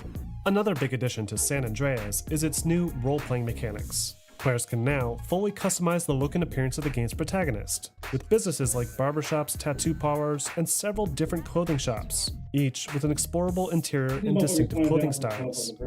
Players can also visit restaurants and choose from different food items on the menu to restore their health, but need to carefully balance this with regular exercise at the gym to maintain their stamina and strength, or risk CJ getting too fat or too thin. Players also need to maintain their driving and shooting stats by visiting schools and ranges to brush up on their skills, and can learn new techniques like fighting styles depending on their skill level. San Andreas also introduces a new girlfriend dating system, allowing players to befriend specific female characters and bring them out on dates, who will react to the player's driving speed and choice of restaurant, with a fun meter determining whether or not they want to be romantically involved with CJ after being dropped off back home. Other new open-world activities include mini-games like basketball, pool, and gambling, new business-based missions, home invasions, lots of new race types, lowrider challenges, demolition derbies, photography, dancing, BMXing. Simply put, there's a ridiculous amount of stuff to do in this game, way more than anything the series has provided before, making it the ultimate open-world sandbox experience. And as you can probably already... There we go. Audio dropped again. Wonder when it's going to pick up again. way into the final code, where players could directly control CJ while having consensual sex with one of his many girlfriends. When news of this secret gameplay feature broke in 2005, all hell was let loose. Immediately, US politicians on both sides of the aisle condemned Rockstar and the ESRB rating system for failing to notify users of the adult-only content. Senator Hillary Clinton in particular pushed for legislation to be passed to further restrict access to adult themes in gaming, threatening to greatly limit game distribution with hefty fines and other penalties. We are determined to stop a situation in which video games with pornographic and violent content are being peddled to our children. Rockstar argued against the allegations, claiming that by modifying their game code, the client had violated the terms of agreement. But upon further investigation, the ESRB confirmed that the code was indeed still included in early copies of the game. And as a result, Rockstar issued a patch and re-released the game with the content removed, though a minuscule number of consumers actually took them up on their recall offer. And this was only the start. Rockstar also faced a wave of class action lawsuits, resulting in losses of tens of millions of dollars. The hot coffee controversy marked the first major loss for Rockstar. To this day, it's still unclear how the minigame made its way into the code. But whatever the reason, the Hot Coffee mod proved that the Grand Theft Auto series wasn't invincible, and Rockstar North would be sure to thank the Senator for concern about America's youth with a fitting tribute in the future. Coffee mod, what is that? Chapter 7. In the years following San Andreas' incredible success, Rockstar North saw a major expansion to its staff size. The team had remained fairly small throughout GTA's 3D era, but with next-generation consoles looming on the horizon, and the promise of delivering more than just GTA games in the future, Rockstar saw fit to expand, and moved their studio to a larger space near Calton Hill.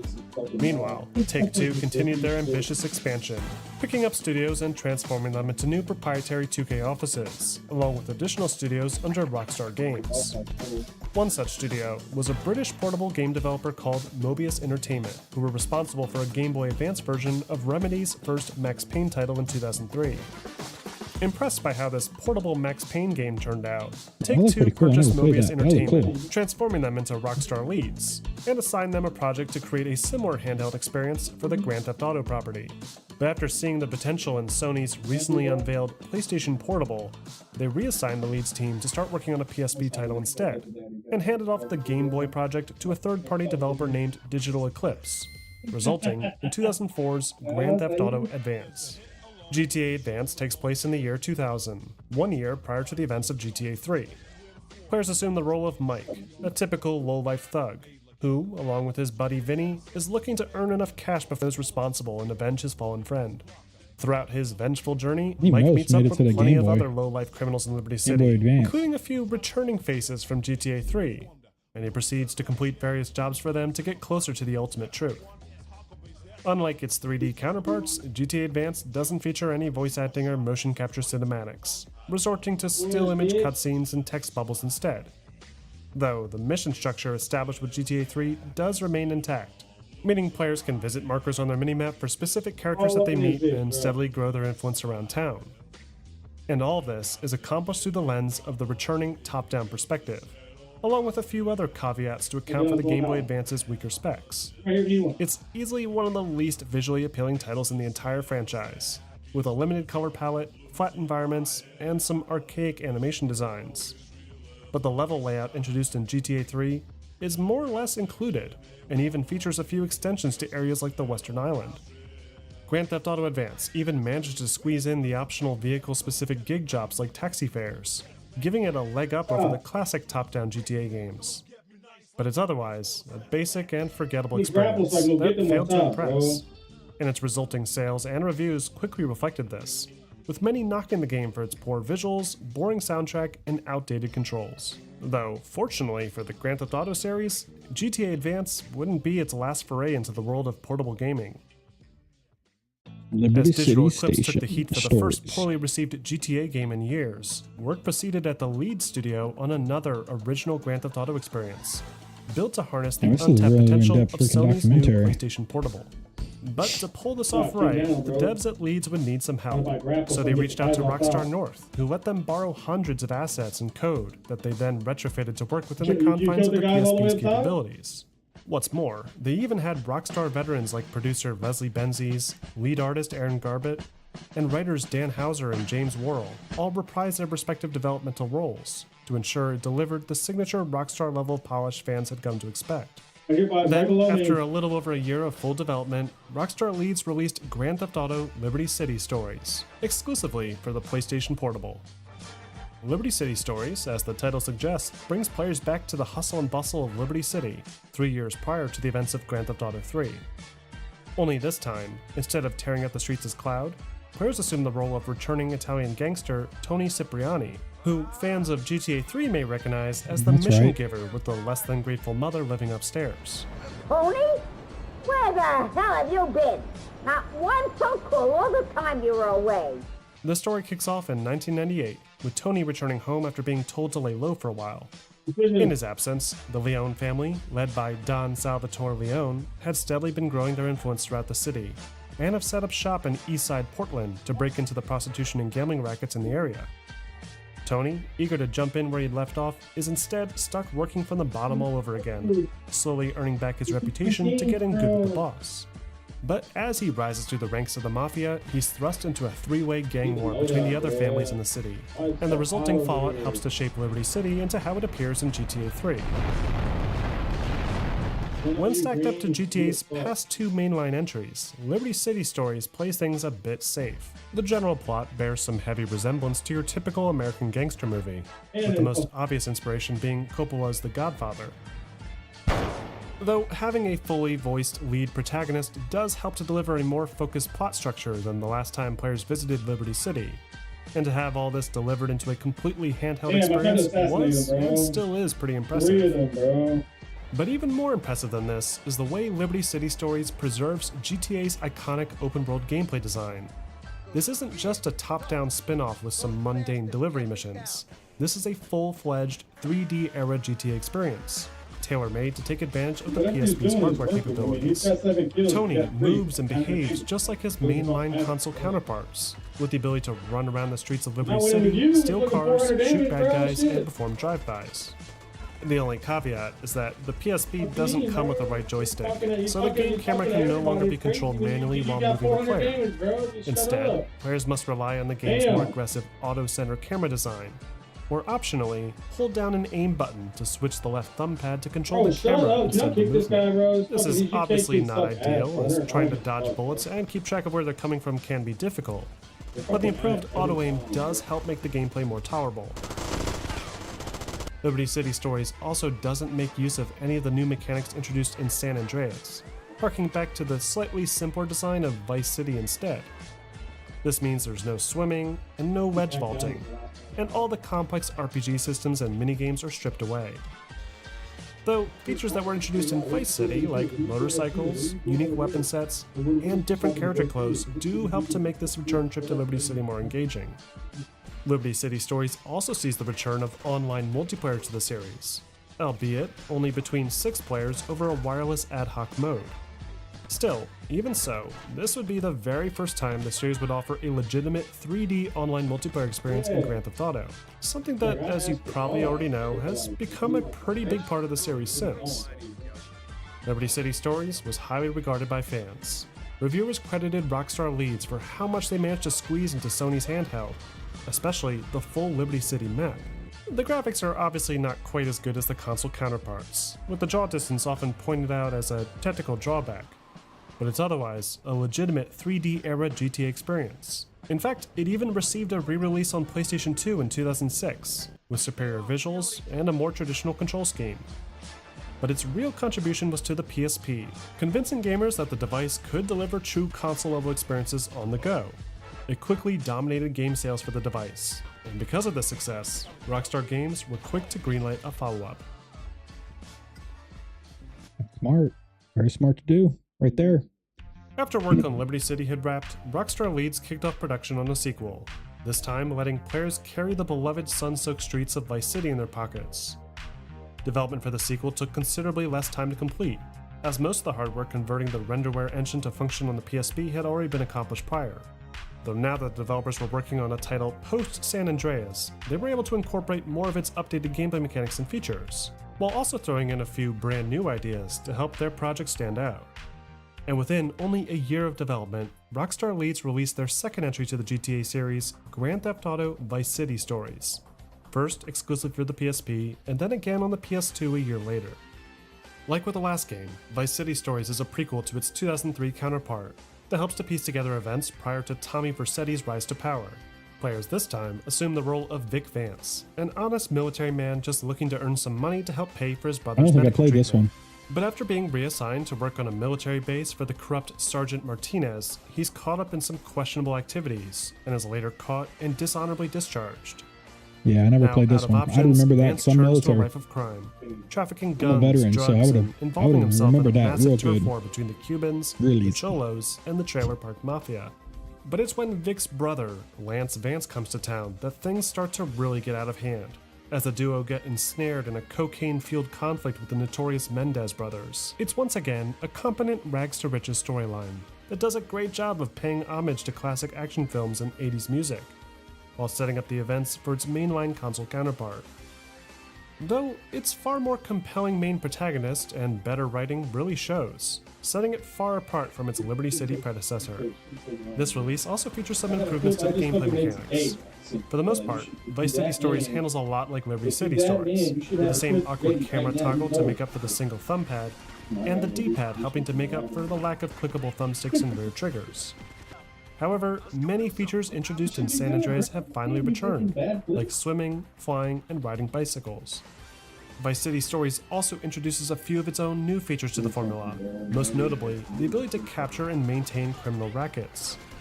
Throughout the game world, there are several small fenced-off shacks, usually with a single vehicle parked outside. If the player blows up this vehicle, they initiate a hostile takeover, where they need to defend against waves of angry gangsters looking to protect their assets.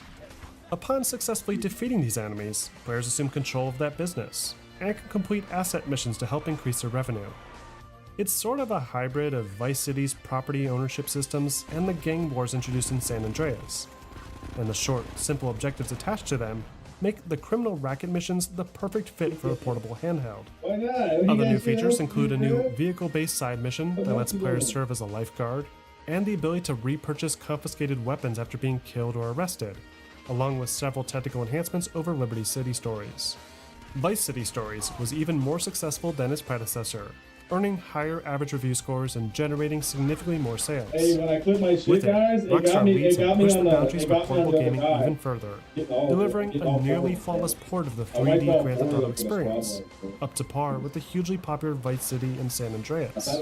Its story was also praised, as it helped deliver a much more interesting protagonist, with far more personality and character than the cookie-cutter Italian mobster from before. With this release, Rockstar Leeds were successful in delivering on their initial promise of a title that would smash expectations of portable gaming. Though, instead of completing the trifecta with the San Andreas stories, they Never turned their played this attention one to now, other so- Rockstar properties instead, including a PSP port of Rockstar Toronto's The Warriors a year later. I don't know. And with Never that, played it. the 3D era of the Grand Theft Auto series finally came to an end. They're gonna go, yeah, the new generation, GTA 4. Played this a While little bit. all of this was going on, the core dev Didn't- team up didn't north finish it were at all. gearing up for the next major step in Grand Theft Auto's evolution. Nicola, For the I past think 6 is his years, name. they had made liberal use of the renderware engine for practically all of their games. But in 2004, Electronic Arts purchased Criterion, along with the rights for their renderware technology. This caused a major ripple in the industry, as most games developed for the Sony PlayStation 2 were built using this engine. And some developers, like Illusion Softworks, were even forced to restart development of their planned Mafia 2. This wasn't the case with everyone, though. For the first few years following the acquisition, Rockstar's UK-based studios were permitted to continue using the engine in accordance with their pre-existing contracts, allowing them to create San Andreas and the 2 PSP games. Though, after these projects were completed, it became clear that the next entry to the Grand Theft Auto series would need to leave renderware behind. This is where Angel Studios entered the San picture. Diego. Angel Studios was a San Diego-based software Yeah. development studio founded by Lived Diego there for Angel 20 in years. Love me 1984. some San Diego. The studio had a slow start, working on various computer animation contract jobs with minimal revenue for years, until they finally made some headway working on games for Microsoft and Nintendo in the mid-90s. In the early 2000s, Angel Studios entered into a partnership with Rockstar Games and created racing games like Midnight Club and Smuggler's Run, using their own proprietary technology called the Angel Engine. And following the success of those two titles, Take-Two Interactive acquired them and renamed them into Rockstar San Diego, where they then went on to create a second Midnight Club and a linear action shooter set in the Wild West called Red Dead Revolver. In 2004, Rockstar San Diego became a critical component of Rockstar's continued success as a company. Now that EA owned Renderware, the other Rockstar teams needed a new platform to build off of. So Rockstar San Diego established a team of programmers to create a next-gen version of their Angel Engine, capable of improved rendering, lighting, and, with the help of third-party technologies like Euphoria, incredibly lifelike physics computation, resulting in the aptly named Rockstar Advanced Game Engine, or RAGE for short. This new engine was first showcased in a basic table tennis game created by Rockstar San Diego. But it wasn't until Rockstar North got their hands on the technology that the potential of what they had created would become fully realized. Now equipped with a suitable replacement engine, Rockstar North initiated work on their most ambitious new Grand Theft Auto since the original leap to 3D. According to Aaron Garbett, the goal for this new entry was to focus only on the series' most fundamental aspects, and then build around them with an unprecedented amount of detail, to really drive home that this was a new era for the series. Because of this, writers decided that it would be appropriate to return to Liberty City once again, only this time, the recreation of New York would be more authentic and capture the extreme level of detail that players expected on new-gen consoles. As usual, Rockstar sent out a team to New York for field research, where they recorded videos of traffic patterns and captured hundreds of thousands of photos, and supplemented this with additional support from the head Rockstar game headquarters. Upon their return, the artists broke up into individual teams, each focusing on their own distinct area of the map, ensuring that everything from the buildings to the way people looked and behaved was unique enough to give the city a true-to-life feel. Adding to the authenticity was the extreme new level of detail afforded to them by the more powerful engine and development kits. Artists with architectural backgrounds helped to sculpt the facades of every building, while character designers made use of a special image metrics technology that allowed them to more properly telegraph characters' body language. Another major focus tackled early on was on redesigning the series' poorly aged combat systems. The 3D era combat, while serviceable, just wouldn't cut it for the experience Rockstar North were aiming for. So the team began to incorporate a more responsive auto-targeting system, along with a new snap-to-cover mechanic that had become increasingly more popular after the release of Epic's Gears of War. Meanwhile, the writers had their own set of challenges to overcome. For the longest time, the story in Grand Theft Auto games had always felt like an afterthought, with some brief animated sequences before and after missions, with no real emotional tie to any one character. So, with the jump to next gen, lead writer Dan Houser sought to fix this problem, and deliver something more meaningful and thought-provoking. Games had come a long way in the 2000s, with titles like Mafia and Metal Gear Solid proving the value of character development in mature themes.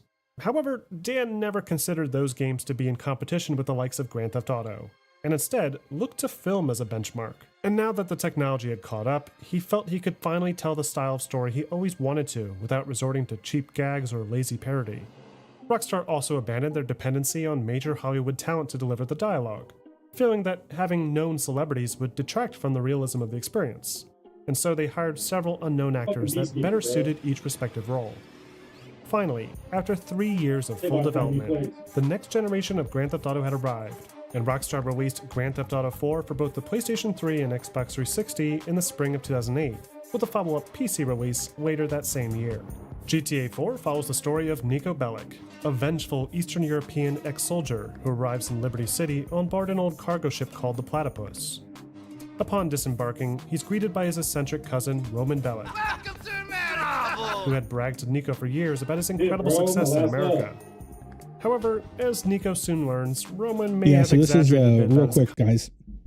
For me, this is where I got Grand Theft Auto 4. I played it for maybe 20 hours, maybe max.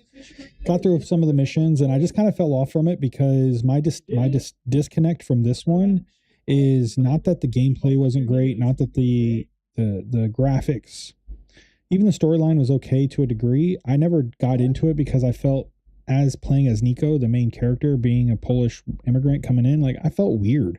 I said this on my other stream. I was like, I just felt weird playing a game like that. I know it's just a game and it's a storyline, but that's what kind of threw me off originally. And I never, and that's kind of when I gave up playing Grand Theft Auto.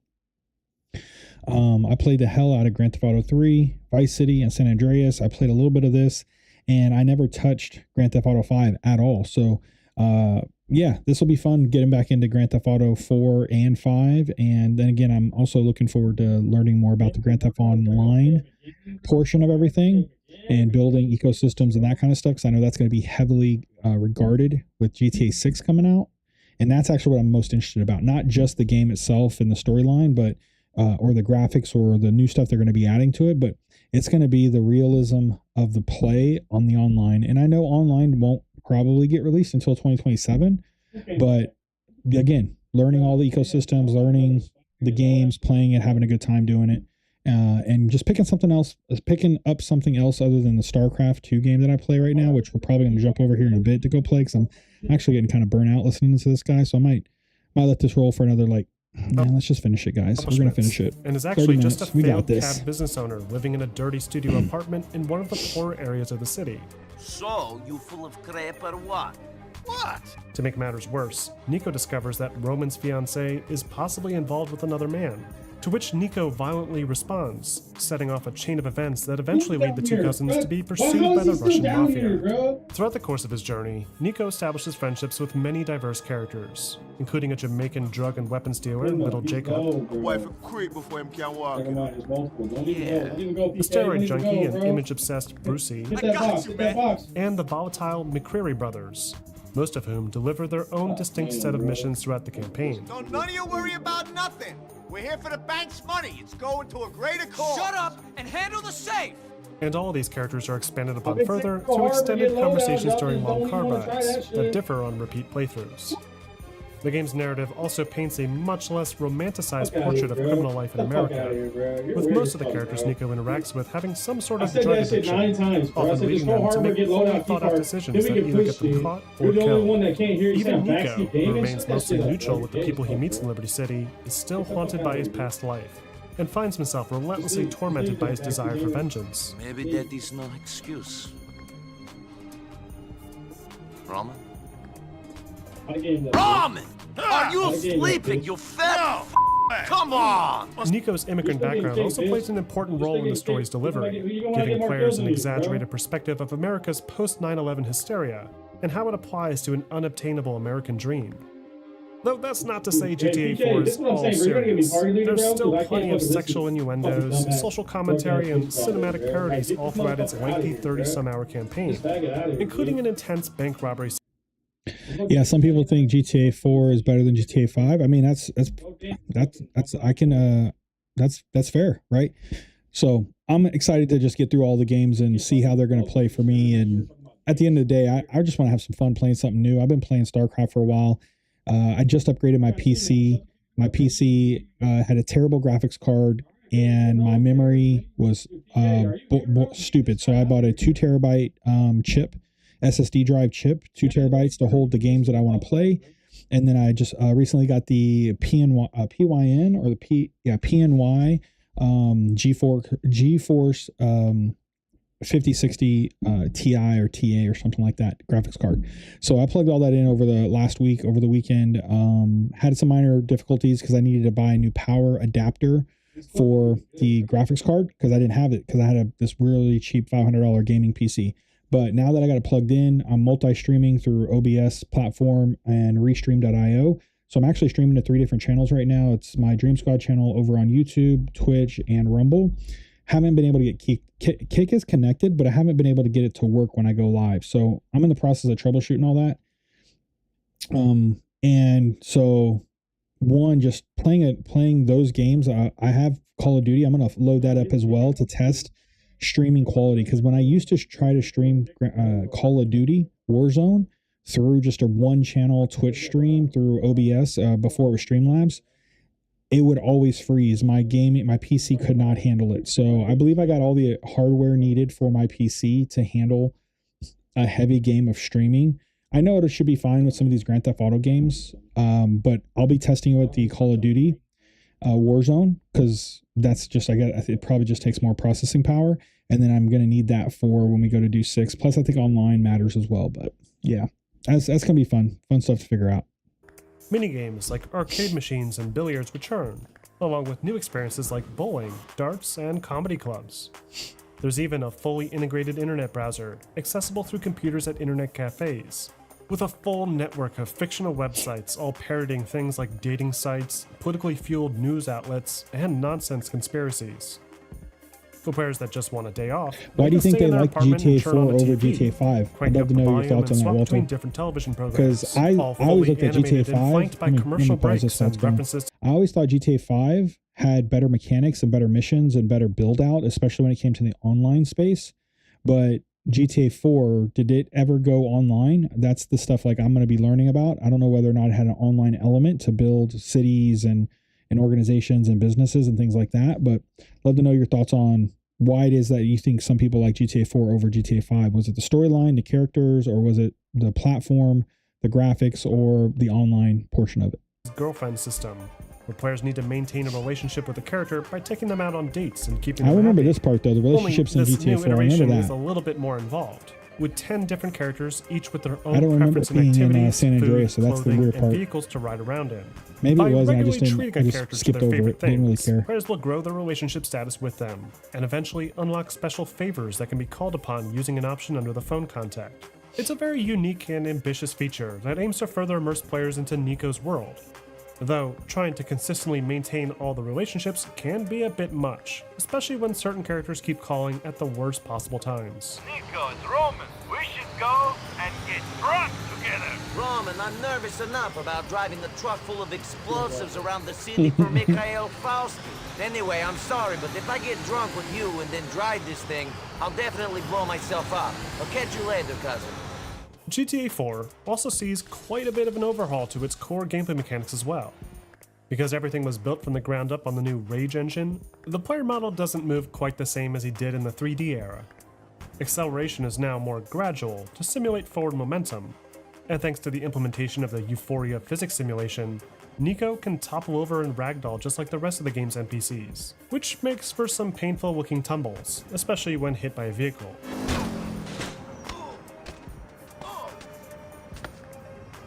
The driving systems have received similar updates. Cars have a feeling of genuine weight now, forcing players to think twice before drifting around corners. And a new suspension physics system allows the body of the car to independently move based on the car's momentum, while each tire responds to the various elevated surfaces. The damage miles that I mentioned earlier can even impact the vehicle's tires, making some cars unusable if they sustain enough damage. Other changes include new window braking and hot wiring animations when stealing parked vehicles, a free aim drive-by button that is compatible with SMGs, handguns, and grenades, and even the ability to catapult Nico through the windshield in a head-on collision, discouraging reckless driving. Then of course, there's the combat. The combat was a major focus for the development team as they really wanted to clean up what has always been GTA's weakest component. We remember GTA 4, the combat the side was really good begins to in resemble GTA 4. more traditional third-person combat systems today, The auto-aim system from the past few games does return, though enemy health is now represented by a series of circle-oriented notches that will deplete as more damage is dealt. This is so far just like how the other games handled it, but what sets GTA 4's aiming apart is that players can now use the right joystick to fine-tune their aim and move the circular crosshair along the enemy to target specific body parts. Shooting an enemy in the leg, for example, will cause them to trip and fall, while shooting them in the arm may cause them to drop their weapon, and shooting them in the head will always guarantee an instant kill, assuming they aren't wearing protective headgear. This system ensures that the game remains fully accessible for newcomers, as they can still continue to easily target center max, while also providing more nuance for players to master, something that becomes extremely important during some of the more challenging combat encounters later in the game. This is then coupled with the new cover system. Like most third-person shooters today, players in GTA 4 can tap the cover button to have Nico rush for the nearest corner or low object to duck down behind. From here, players can move Nico safely into position and either pop up to fire again or blind fire their weapon with reduced accuracy. What sets this apart from other cover shooters, though, is that the system by which Nico connects to cover is fully dynamic and procedurally based, meaning anything that looks like it might protect the player will protect the player. That's pretty cool. This ensures That's pretty that dope. every environment is not built to look like an unbelievable maze of low walls. It encourages players to experiment with each battle to find effective points of attack. Yeah, I'm reading this. Another streamer that I watched said that he liked the story of GTA 4 better than 5, but I don't know. I like them both, and I think you could play GTA 4 online with apparently up to 32 players. That's crazy. Thank you for that. Yeah, I'm gonna try them all out. So, but yeah, that was something I wanted to ask. And then GTA 4 online, the only thing I remember about it was races, but I'm assuming there's other things you could do. Oh yeah, cool. Yeah, there's probably gonna be races and other stuff. Yeah, thanks, Walter. I appreciate that, save man. for the random paint job assigned when visiting a pay and spray. Most of the vehicle-based side missions, like firefighting and being a paramedic, are also absent. You currently Though playing any of the popular GTAs right now, or missions you do just kind return, of with a surprisingly watching robust police content around database system GTA? built directly into each cop car. Speaking of cops, GTA 4 also redesigns how the police response behaves. And if you do If the play, player are is you playing wanted on by the PC police, or are you a playing on flashing red and console? blue circle will appear And then if around you're the playing player's on console, cursor on the what radar, console are you playing on? indicating where the Xbox, police have made contact. PlayStation. If the player can safely exit the zone without being followed, then the search will be called off shortly after. The catch to this is that with each additional wanted level, the zone gets bigger, with 6 stars covering up nearly a quarter of the entire map. Though, even at 6 stars, the police aren't quite as aggressive as they used to be, and will no longer call in the army, relying instead on lots of SWAT trucks, helicopters, and government agents to put Nico down. However, considering the size of Liberty City streets and the way players can duck into alleyways and play hide and seek with the cops, the improvements seem to far outweigh the few items that were removed. Finally, there's GTA 4's online multiplayer. Oh, This here we part go. of It's the going to talk game about it that right has now. since been shut down previously allowed players to establish a peer-to-peer lobby with chosen parameters and launch into the world with their friends or anyone else that joined. Lobby options included game modes like races, death matches, cooperative missions, and a special cops and robbers adversary match. Though the most common choice was the free mode option, where players could just roam Liberty City without any limitations, stealing from NPCs, fighting the police, and getting into unscripted trouble. It was an incredible experience back in 2009, as online gaming on consoles had finally become the norm. Though it's understandably not as exciting by today's standards. There was nothing to actually do in this multiplayer free mode, outside of killing each other and the random NPCs. Players couldn't even customize their character all that much, with only a few clothing styles and body types available to select between in the menus. Though, despite its aged design, it was still a revolutionary next step for the series that would help to set the stage for the series' future. When all is said and done, GTA 4 was a masterpiece. It received overwhelmingly positive reviews, with scores across the board averaging at or above 98%, and to this day still remains the highest rated entry to the entire Grand Theft Auto franchise. Common praise included the game's compelling narrative, its incredibly lifelike feel, and its unprecedented attention to detail. Others specifically praised GTA 4 for the quality of the voice acting and writing of its lead protagonist, Nico Bellic, whose hybrid of charming personality and vicious psychopath made him an instant fan favorite. Along with its positive reception, GTA 4 also saw an incredible amount of success in regards to its sales numbers, selling well over 6 million copies within the first week, and smashing records as the fastest-selling video game of all time. But despite all of its success, GTA 4 still had its fair share of criticism, mostly directed towards the relentlessly annoying phone calls that interrupt the action.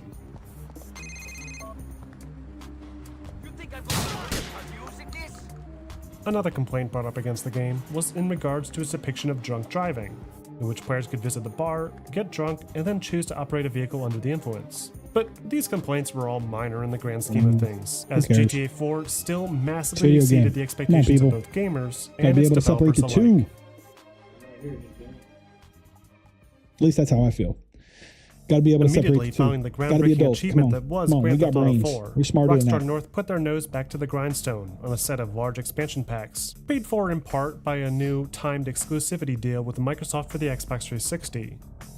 According to promotional material ahead of GTA 4's release, expansions for GTA 4 were always planned, as the game's main storyline has several narrative forks purposely built in to allow players to explore these events from different perspectives. The first expansion, titled The Lost and the Damned, released only a year after the base game, and follows the story of Johnny and his biker gang, The Lost. Players take on the role of Johnny, who's forced into a leadership role after their club president Billy Gray was incarcerated. But tensions rise when Billy returns to the club, and despite Johnny's best efforts to return to the way things were, a civil war breaks out, testing Johnny's loyalty and that of his friends. It's a remarkably different type of story than what's been presented before, with an emphasis on friendship and loyalty rather than a blind pursuit of power. But what makes it even more compelling is the way it's smoothly integrated into GTA 4's main plot, with actions performed by Nico directly impacting how the Lost biker gang reacts. I just got word that Jason's been killed up in Broken. The Lost and the Damned also features a few of its own unique gameplay features, not available in the base GTA 4 experience. In keeping with its biker theme, a new ride formation feature has been added, encouraging players to ride within a small zone in order to continue conversations with characters in the gang. Additionally, much like in San Andreas, players can call upon their fellow gang members to assist in missions, and can even fight for control at new gang war locations marked on the map, that will subsequently increase each gang member's combat stats to improve their effectiveness. This what you want? That tastes nice. Other new features include a bunch of new bikes to ride, several new weapons like shotguns and grenade launchers, the much-needed mission checkpoints, and a large clubhouse to explore, complete with new minigames and even a memorial to any fallen Lost members throughout the player's journey. It's I probably would have enjoyed this as well too. I would have enjoyed this part, this expansion. And its unique tone, great storytelling, and well-implemented new mechanics were received extremely well by audiences. It's got that Sons of Anarchy kind of vibe, and I was huge into Sons of Reviewers Anarchy. praising the game for its clever twist on the newly established HD formula. But Rockstar weren't done yet, and a few months later, Rockstar North released their final expansion for GTA 4, The Ballad of Gay Tony, again for the Xbox 360 first, and then the PS3 and Windows platforms several months later. In this expansion, players take control of Luis Lopez, an ex-drug dealer turned bodyguard for a reckless nightclub owner known colloquially as Gay Tony. The story explores Luis's relationship with Tony as they deal with managing and expanding a nightclub empire in Liberty City. Although, due to Tony's ambitious nature, he often gets himself into serious trouble with local criminal outfits, forcing Luis to consistently come to his rescue. Along the way, Luis also assists his two neighborhood friends in completing amateur drug deals, helps Brucey stand up to his even more obnoxious brother Maury, and is forced to deal with the absurdly rich Yusuf Amir that doesn't very well understand the value of pretty much anything. Unlike Lost and the Damned, and even GTA 4, the Ballad of Gay Tony storyline is significantly more lighthearted. Missions regularly border on the insane, with players needing to base jump off of buildings, fly golden helicopters, and rampage down a freeway using an APC. It almost seems to be paying homage to old GTA games, with an increased emphasis on fun action as opposed to a dark character-driven story. Though it does strike a steady balance, as the brotherhood between Luis and his troublemaking boss Tony does make for a compelling narrative. Like with the previous expansion, the Ballad of Gay Tony also incorporates a number of new features into the gameplay. There's new vehicles, new weapons, and several new activities to enjoy. Instead of a biker clubhouse, this expansion lets players explore the ecstasy-fueled nightlife of Liberty City. I wonder if it's going to talk about GTA Dancing, 5 drinking, and even some of the expansion stuff that I've seen people do, like the zombie stuff. Because I actually watched a ton of people play their own little GTA 5s, like zombie apocalypse servers.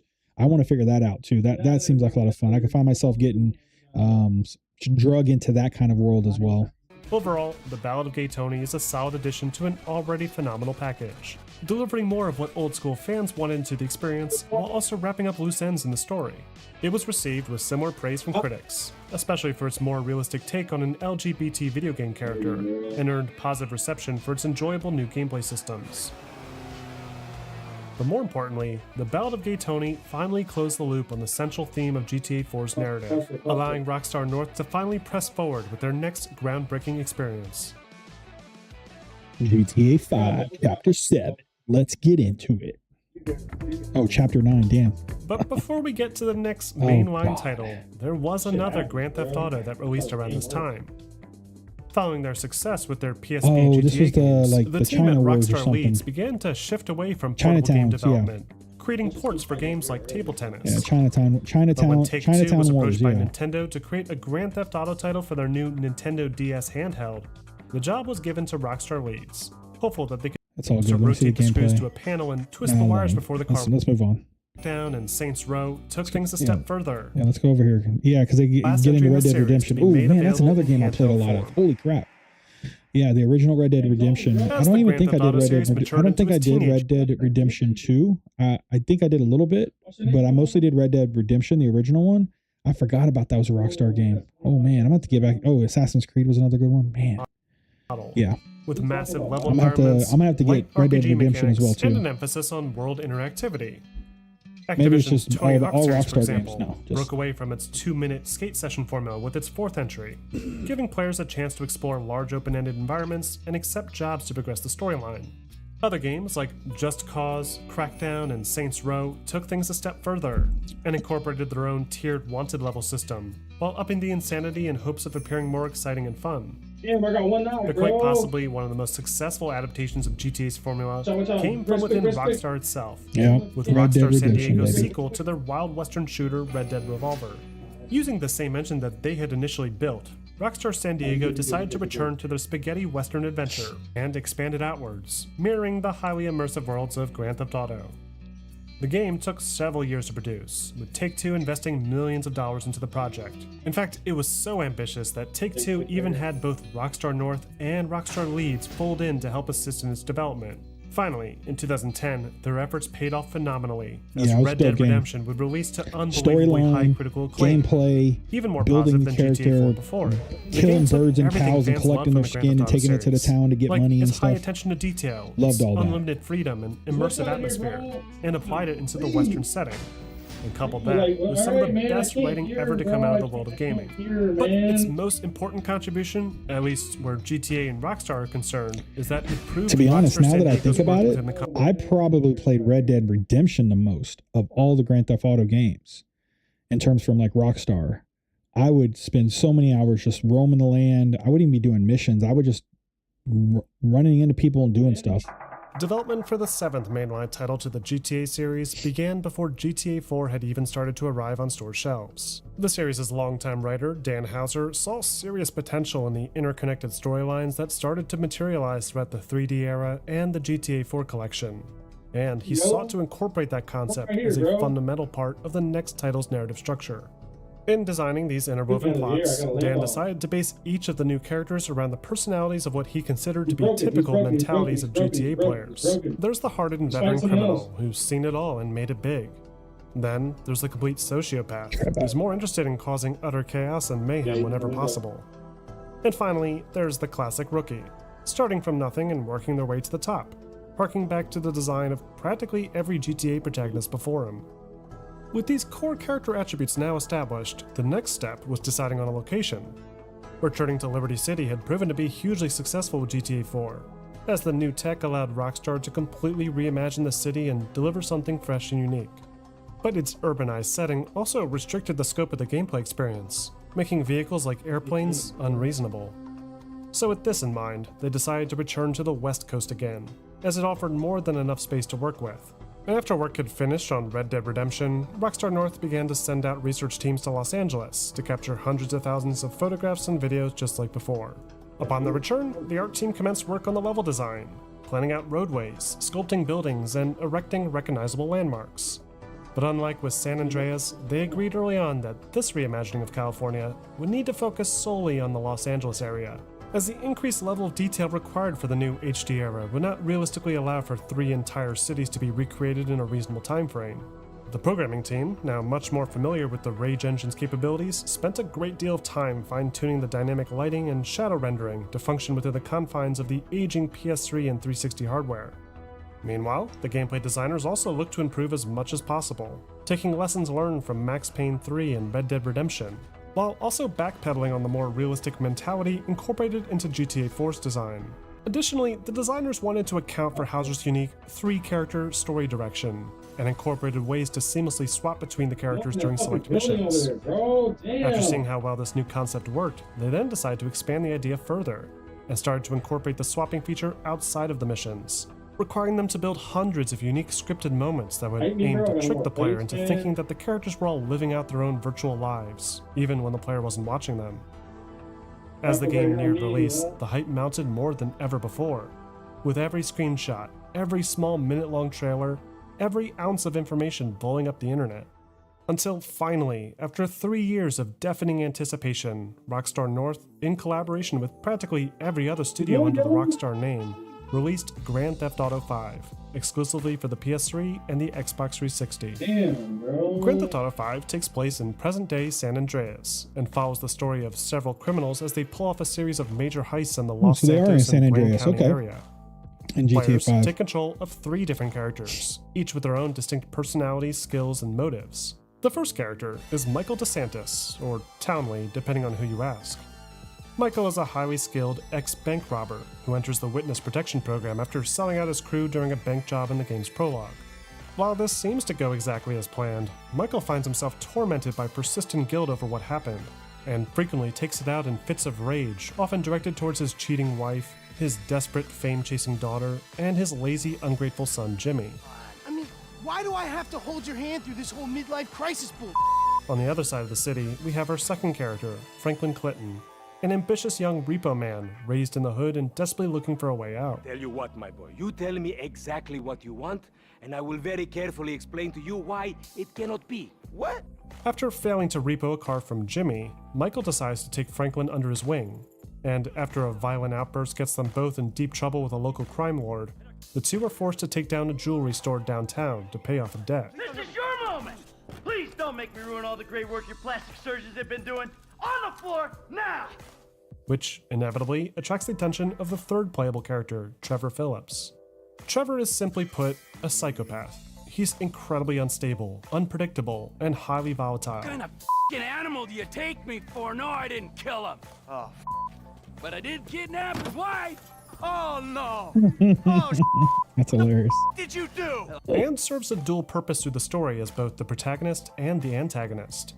After seeing that Michael, his former partner in crime, has somehow miraculously survived the bank job from the prologue, Trevor decides to pay him a visit to get some answers, and is infuriated to find out that Michael had betrayed him, adding an uneasy tension between the characters that persists throughout the course of the campaign. My job, my score, get your own.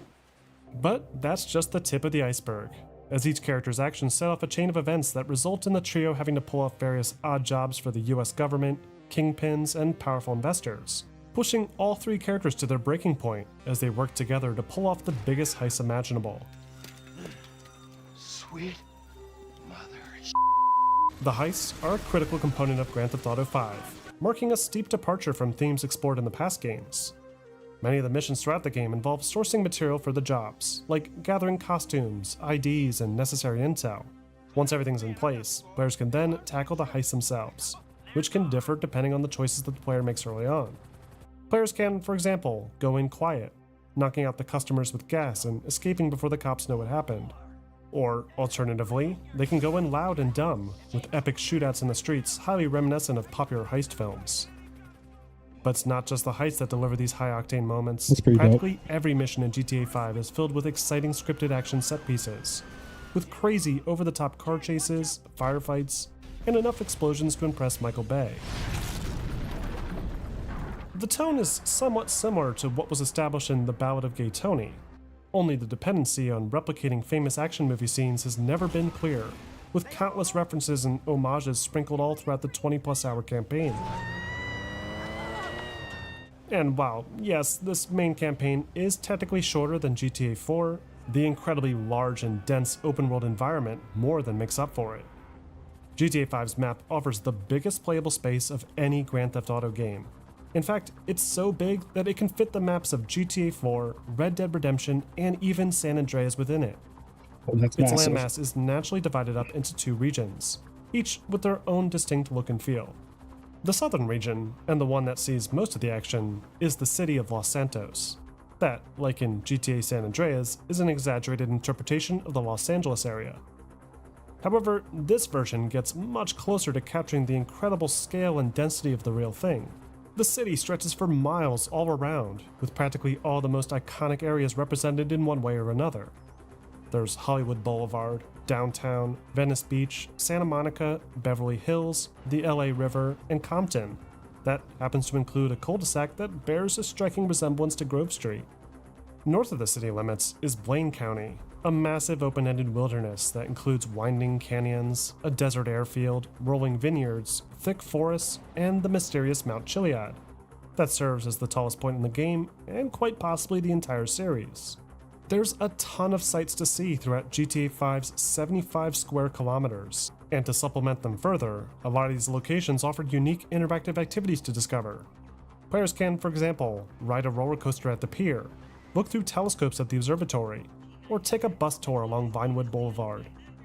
And all of this accompanies returning aspects of Grand Theft Auto level environments, including a diverse population of dynamic AI, lots more storefronts to visit, some of which can be robbed at gunpoint, an extension to the in-game cell phone menu, with a more robust internet browser built in, and a seemingly endless amount of more structured activities to participate in, like golf, tennis, yoga, scuba diving, and bounty hunting.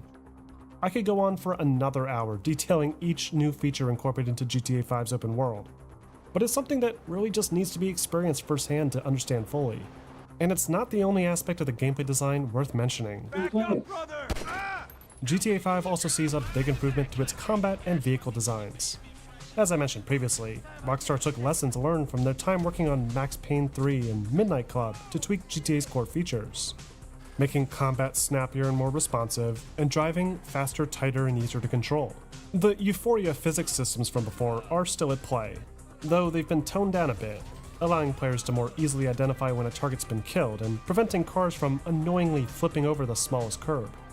GTA 5 also sees a big return for player customization, allowing players to freely modify their guns and ammunition, upgrade their cars with engines, body kits, and custom paint jobs, and even get a fresh haircut at the barber. Player stat progression also returns, albeit with more fundamental stats like shooting, driving, and flying, and no actual visible change to the character like weight gain. In fact, GTA 5 removes the ability to eat food at restaurants entirely, limiting health replenishment to the occasional wall-mounted health pack, candy bar, soda, or long nap. To help emphasize the game's signature 3-character design, GTA 5 also introduces new special abilities that can be activated after a brief cooldown. Each of these abilities is tailor-made for their respective character, playing into their personal strengths. Michael is a talented shooter, so he can trigger a slow-motion bullet time effect, much like Max Payne. Franklin is a good driver, so he can slow down time when behind the wheel, allowing him to perform unbelievable maneuvers. And Trevor, well, Trevor is insane, so he can enter into a rage mode and turn his enemies into a red paste. Finally, GTA 5 sees yet another change to how the police function, reducing the max wanted level to 5 stars, and adding in new cones of vision to each officer on the radar, giving players the option to actively hide from the police within the search radius and lose their wanted level if they're careful enough. GTA 5 is simply put a masterpiece. Within only the first day, GTA 5 obliterated past sale records, becoming the fastest selling video game in the history of the industry. Yeah, that's what Even GTA 6 now, about to it do, remains or the it just second did. highest selling video game of all time, with over 140 million copies sold since its initial release in 2013. But it wasn't just the hype that helped to sell it. GTA 5 was also met with near flawless reception, with scores meeting and exceeding that of its predecessor. Some outlets like IGN even went as far as to say that GTA 5 is the best video game ever made. And it's hard to make a counter-argument against that. GTA 5 really does check all the boxes, at least in regards to what it's trying to accomplish. All the series' best aspects have been reintroduced in one way or another, and the game world offers more variety and detail than anything the series has attempted before. But despite GTA 5's insane amount of content, this was only the beginning, as Rockstar had simultaneously been working on a complementary online multiplayer mode that would change the franchise forever. There we go. This is the good stuff right here. We getting into the good Less stuff. than a month after GTA 5 hit store shelves, Rockstar unlocked an additional multiplayer functionality to the game called Grand Theft Auto Online that takes the world of GTA 5 and repurposes it to allow for persistent player progression in a constantly evolving multiplayer space. In it, players assume the role of a mute custom character that, with the help of various characters featured in GTA 5 and GTA 4, need to rise through the ranks of the criminal underworld, earning cash, weapons, vehicles, and respect as they seek the ultimate American dream. The narrative technically takes place prior to the events of GTA 5, often shedding light on what some side characters were up to prior to meeting up with the trio of protagonists in the main story. Brilliant, brilliant, brilliant! I love you. In an appropriate way, I mean. If I didn't, you would be dead, of course. Though, since its release, evidence suggests that the plot of the online mode has moved past the events of the 2013 narrative, making it the most recent point in the HD era's chronological timeline. Pretty much everything offered in GTA 5's gameplay is carried over for this online mode, including the controls, the weapons, the vehicles, and the various new customization options Los Santos has to offer.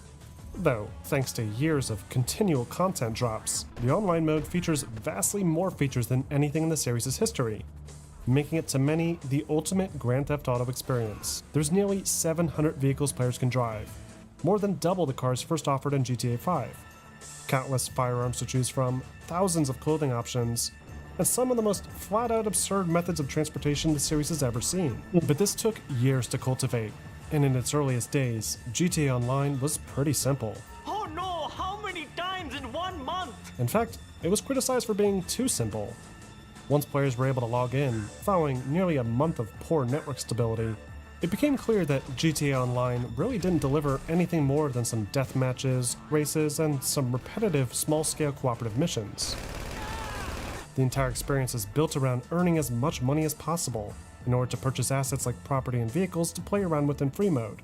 But because there was nothing to actually do in free mode other than fight the cops and rob from liquor stores, GTA Online started to gradually develop a mixed response from audiences. A big point of contention was the unexplained absence of the promised heist missions, shown in the mode's reveal trailer, that would allow players to rob banks with their friends just like the single-player campaign.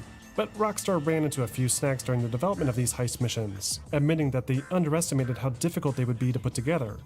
And to hold fans over, they released several smaller content updates throughout the course of 2014 that would give players more vanity items to save up in-game cash for. To support these continuous updates, Rockstar introduced a new in-game purchase system called Shark Cards that can be used to convert real-life money into the game's fictional cash, useful for skipping mission grinds to unlock access to new content sooner.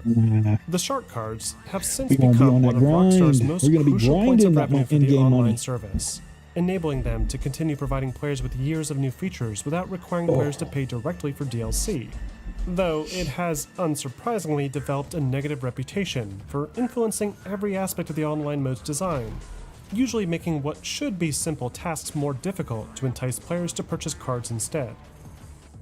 While fans frustratingly waited for Rockstar to release their promised heist content, Rockstar then announced at E3 a new and improved version of GTA 5, built to take full advantage of the then new PS4 and Xbox One.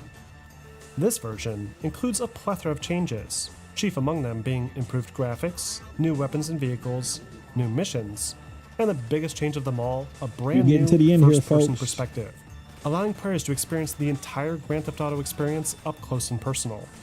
Following this next-gen release, Rockstar North turned their attention back to GTA Online, and finally released the long-awaited heist update in March of 2015. The heist update added 5 sets of cooperative missions to play through, each with extended story cinematics, setup missions, and big finales, usually incorporating unique gameplay mechanics not at all seen in the core GTA 5 campaign. Along with it, players were also treated to tons of new clothing options, vehicles, and weapons, completely transforming the way players interacted online, making vehicles like the armored Kuruma almost mandatory in order to avoid getting gunned down randomly. But the Heist update's most notable contribution to the GTA Online experience was its potential to earn players lots of in-game cash reliably. Players were no longer forced to prey on randomly spawning armored trucks or spam replays of Rooftop Rumble, but instead could participate in exciting bank robberies or prison breaks, all accessible through a special heist prep room hidden in the player's apartment. The Heist update still continues to be a major component of the online experience, though, as Rockstar would soon prove, this was only the beginning. A few months later, after Rockstar Leeds released a PC port of the game with even more impressive visuals, GTA Online saw its second major expansion, the Free Mode Events update, aimed to inject life into the stale free mode experience. Now, players can participate in random competitive challenges across free mode lobbies, often requiring players to complete stunts with vehicles or fight to stay within a continuously shrinking zone. It was a big step for the online mode, providing an excuse to stay within a single lobby. And it's also notable for being the first update to not be made available for players on old-gen platforms, effectively leaving PS3 and 360 players behind. The next big update to GTA Online was the Lowriders update, that aimed to reintroduce the hood life vibe of 90s San Andreas back into the world of Grand Theft Auto. With this update, players could customize select vehicles with a huge selection of new cosmetic enhancements, and also participate in several new gangster-style cooperative missions with returning single-player character Lamar. Then, there was the Executive and Other Criminals update. With this addition, players could now create free mode-based groups called organizations, that function a lot like the posses first introduced in Red Dead Redemption. Using this system, players can more easily combine forces and take on rival players together, using an assortment of new vehicles like armored limos with mounted machine guns to help keep their VIP alive. This VIP system was then expanded upon a year later in the Further Adventures in Finance and Felony update. That adds in new high-rise office buildings and free mode-based delivery missions, giving players new, yet tedious ways to earn money outside of the traditional heists. It was with the next update that things in GTA Online really started to take a weird turn. With cunning stunts, players can now race in wacky, over-the-top race courses using brand new, larger-than-life track pieces that can send players boosting and flying across the city.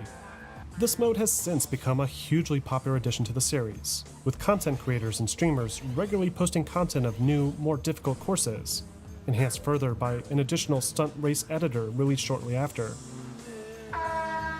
Because of its popularity, Rockstar has continued to support the mode, adding additional mechanics like vehicle transformation to help enhance it further, though the wacky colored ramps still remain separate from the constantly evolving free mode experience. Following the stunts update, there was the Bikers update. The Bikers update brings back lots of aspects first introduced in The Lost and the Damned, and reconfigures the biker clubhouse and rider formation to function within the confines of a multiplayer setting. Just like with the organizations, players can start up a biker club at any time in the free mode lobby, and then invite their friends to join in, where they can then cultivate various criminal enterprises by delivering product and defending against rival gangs. And then, after the biker update, there was the import and export After missions, watching this last part, I adding might just jump high-end straight to vehicle GTA theft 5. to the list of illegal activities that We're gonna players can play participate in. GTA 1, 2, 3, 4. In 2017, Grand Theft Auto Online underwent yet another major transformation, putting an increased emphasis on military hardware and explosive combat above all else. New updates I'm like gonna give gun GTA running 3 a go and either Smuggler's way. Run added GTA in 4 massive go. military facilities to the game, allowing players to cultivate weapons trade businesses Then we're gonna and hit up acquire GTA a fleet 5. of powerful military aircraft at their own hangar. That's why I'm excited for This idea GTA 6. was followed up with the Doomsday Heist that introduced a second type of massive underground lair, while also adding in a new robust cooperative heist and a ton of high-end top-secret hardware to play around with. Ooh, By excuse this me. point, the Grand Theft Auto Look at my Online roar. lobbies had turned into a confusing urban war zone, with players flying around in jetpacks, rocket cars, Back to the Future DeLoreans, and World War II bomber planes. So, to sort of reel it in, Rockstar released the long-rumored nightclub update called After Hours, adding with it the ability to purchase nightclubs and dance with your friends. It's highly reminiscent of the dance clubs in Ballad of Gay Tony. In fact, Gay Tony himself even makes the series return with this expansion, and offers players an all-new set of cooperative missions to play through. And Tony? Yeah. I don't think you can say Gay Tony anymore. It's not PC. The internet will go crazy. By 2019 and 2020, the amount of content releases for GTA Online had slowed to a trickle, Rockstar San Diego's sequel to Red Dead Redemption once again required all hands on deck, leaving a skeleton crew behind to maintain GTA's multiplayer experience. And upon its completion, focus shifted strongly towards the ever-mysterious next entry to the Grand Theft Auto series. A few big updates have found their way to Los Santos, including a massive casino, letting players gamble with their earned money and rob the vault with a new set of missions, along with the ambitious Cayo Perico heist that takes place on a new, small island. But since then, things have gotten extremely quiet in the world of Grand Theft Auto. Which finally, after over 2 hours, brings us to now. Where on earth does the series go from here? The most obvious answer to some may be a reimagined version of Vice City, closing the loop and setting the stage for another generational leap. Before GTA 6 but with was GTA announced. 5 and its online counterpart still Yeah, to this this came out day 5 years dominating ago. sales This is charts, solid. it's likely Take-Two and Rockstar have completely reevaluated how they treat the property. Another important thing to bear in mind here is that following GTA 5, longtime producer behind the Grand Theft Auto series Leslie Benzies has left the company, along with longtime lead writer Dan Houser, leaving veterans Aaron Garbett, Rob Nelson, and Andrew Semple to take over. With these major departures, it's very unclear where the series will go next, or what it'll look like. Though, what we do know is that following the massive development process of GTA 5 and Red Dead Redemption 2, Rockstar has acknowledged that moving forward, they would like to work on smaller scale titles that are more focused and more polished. Outside of that, there's really no telling what new incredible experiences the Grand Theft Auto series has in store for us. For the past 20 plus years, GTA has been a staple of the video game industry, letting players explore massive, sprawling cities without restriction, while simultaneously pissing off every politician that's ever laid eyes on it. And it's this constant balance of incredible gameplay experiences and the unnecessary controversy that will continue to drive Grand Theft Auto's unrivaled reputation as one of the greatest video game franchises ever made. But what do you guys think? Which Grand Theft Auto experience has been your favorite? And where do you think the series should go next? Let me know in the comments section. Also wanted to give a special shout out to my supporters on Patreon, including B-Man, Uriel Tomsov, and Chad Troutwine. Thank you all so much for continued support. If you enjoy the work I do here and want to see more quality content like this in the future, That was pretty please dope. consider joining the growing list of Patreon supporters. where you That can was get early dope. So now let's go over here and let's see which one we're going to get today. So that was pretty dope. 2-hour walkthrough. Thank you all for being here, watching this live. Walter, if you're still there, man, appreciate you giving me some feedback on my audio and giving me some insights on your experience with GTA. Now, the goal today was to learn some history behind Grand Theft Auto from start to finish, where we're currently at. Well, I could probably find another video talking a little bit more about GTA 5 now going into GTA 6, which I might do that here in a second. But let's go through my Steam library. I put some wish list items up here on the board to see what I'm going to go with first. Now, there's a bunch of other ones on here, but I know I was looking at a GTA Plus because if I get this, I might be able to just get access to everything right away. Because like GTA Plus games library, right? Members get access to download and play a rotating assortment of classic Rockstar Games titles as long as they are included. So obviously as long as they're included, but my question is like these games are currently this price to buy, right? But my question would be is, do I get like, what's included? GTA Plus monthly membership program delivering a range of exclusive benefits to use the GTA Online. For Grand Theft Auto 5, enhanced access selection of Rockstar Games titles on PC, mobile, and more. GTA Online benefits. Members enjoy revenue streams, 500,000 deposit monthly into your Maze account. I saw that. That was pretty cool. The Vinwood amenities include, okay.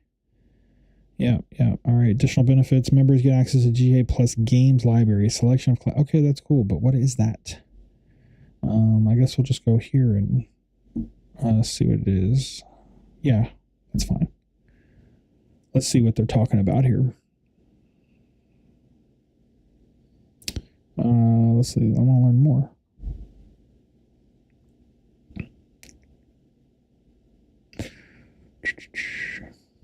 Yeah, Grand Theft Auto 5 joins the GTA Plus Games Library. Okay.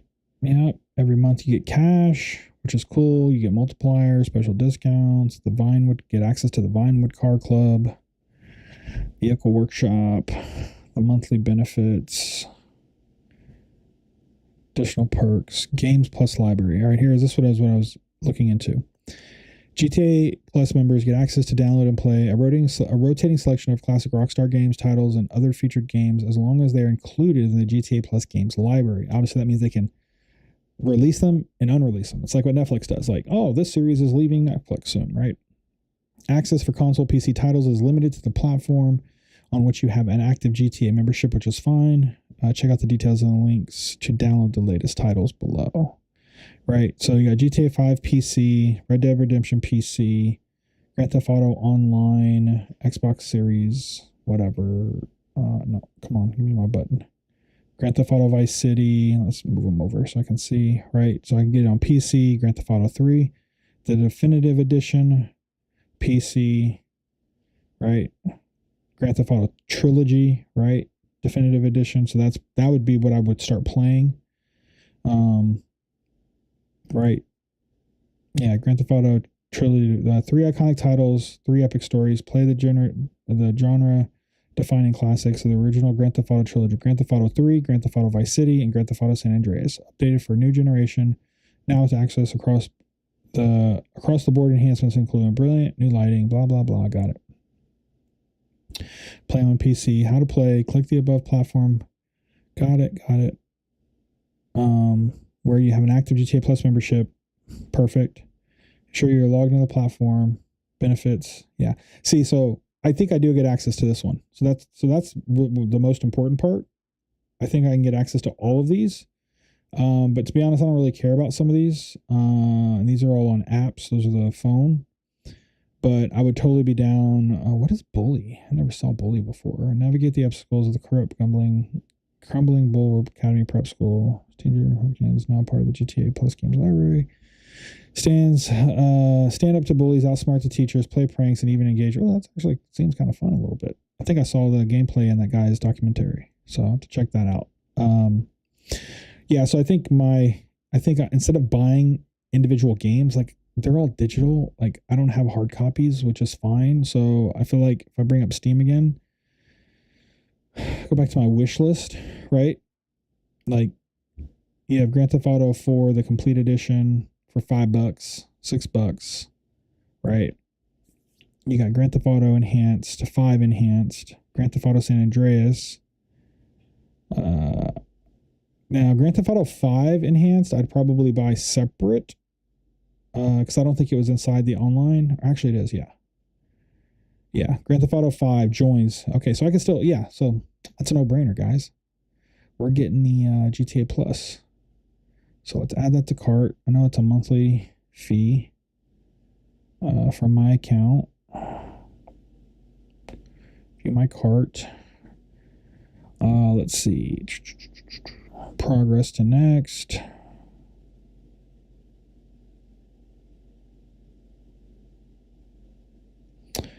Okay. Yeah, let's continue the payment.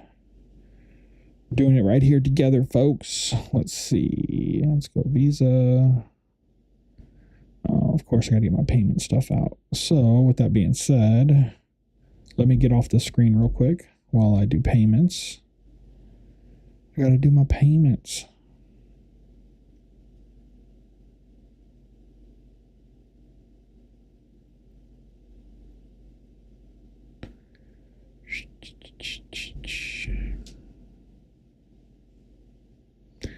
I want you guys seeing all my goodies. My goodies. My goodies.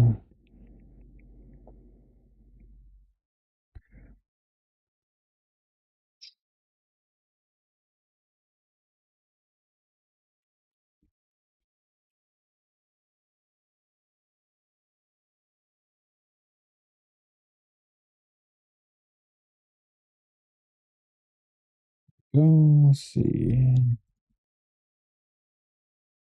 Man. Not valid. 12, 2028, 153.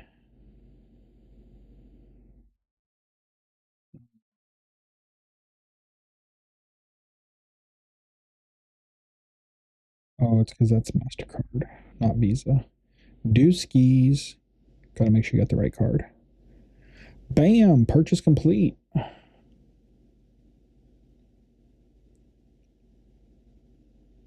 Oh, wait, one more.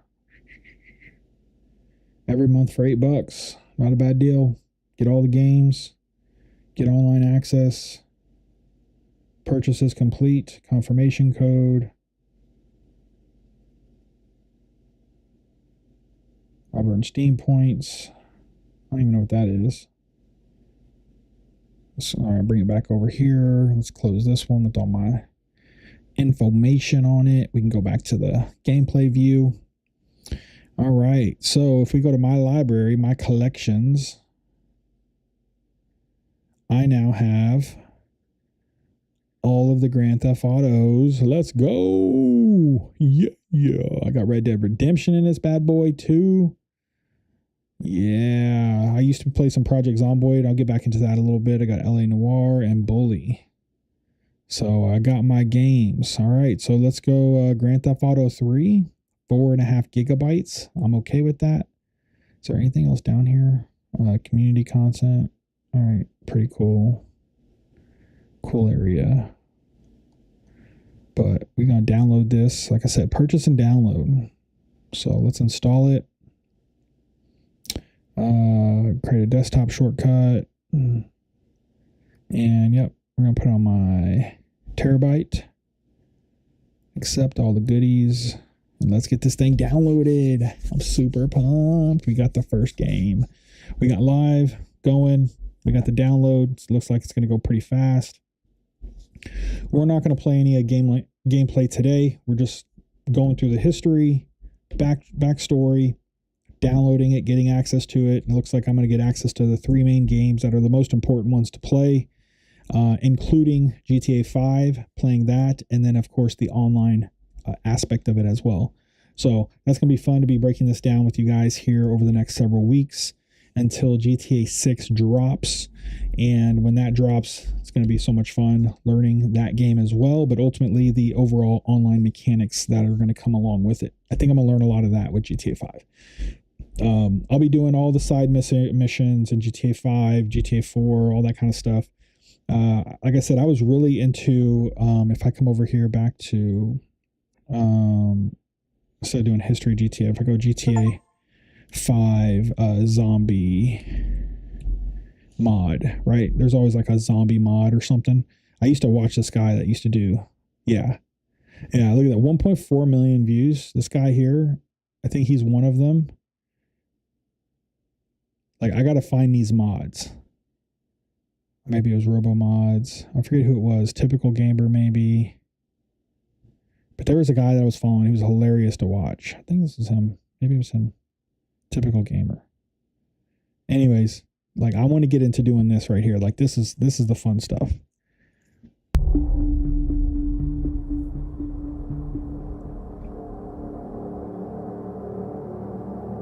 I got to figure out how to download this. Download these mods.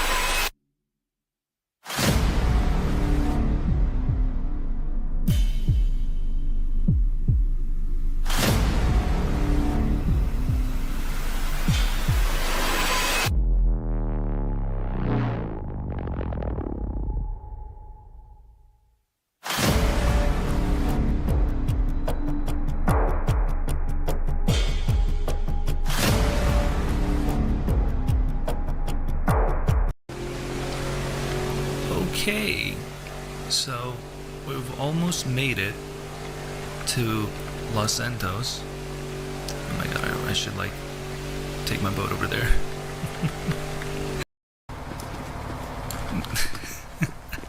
For giving us the lift. I will get in this car. This wasn't the Let's this get some definitely wasn't the guy supplies. that I was watching. The other guy was a little bit more entertaining, but that zombie mod is what's dope. I think it was this guy here. Typical gamer. What's up, everybody? Typical Gamer with your daily GTA 5 mod live streams and Yeah. more. Today for you guys, I have the first episode of the Zombie Apocalypse mod. This is a new series, much like Real Life mod, much like Real Life Thug. Stick around here. Yeah. Seems to have been construction site. Guys? Jumping down. We're gonna get down low. Hopefully nobody sees us. Oh, there's a shotgun. Found a shotgun. Found a shotgun. Yeah, this dude streamed I this found a how long shotgun. ago? 9 years ago? That's Okay. crazy. 15 He's never million really views. used something with this much power before. We gotta make our way up though. Oh, is that a health pack? No, it isn't. Is Yeah. it? There's a So anyways, that's going to be the fun part to be learning as we come up. Game is installed. All right, there you have it. That's going to end today's stream. We're going to end today's stream on that note there. We got the game loaded up. Watch some history behind Grand Theft Auto. 2 hours in. I'm going to take a small break. And we're going to refire up the stream again because I'm going to go over and play, again, my time passing game, which I like playing right now, is StarCraft. You guys stick around for that. I'm going to update the channel. We're going to stop the stream, let the video end so the video gets complete. And we're going to fire back up and play a couple games of StarCraft. Nothing too crazy. But appreciate you all being here. Hope you guys enjoy this. And like I said before, if there's any kind of fun things about Grand Theft Auto you want me to try, do, challenges, or look into, please leave a comment. Let me know. I'd love to check it all out and experience this all with you. Peace.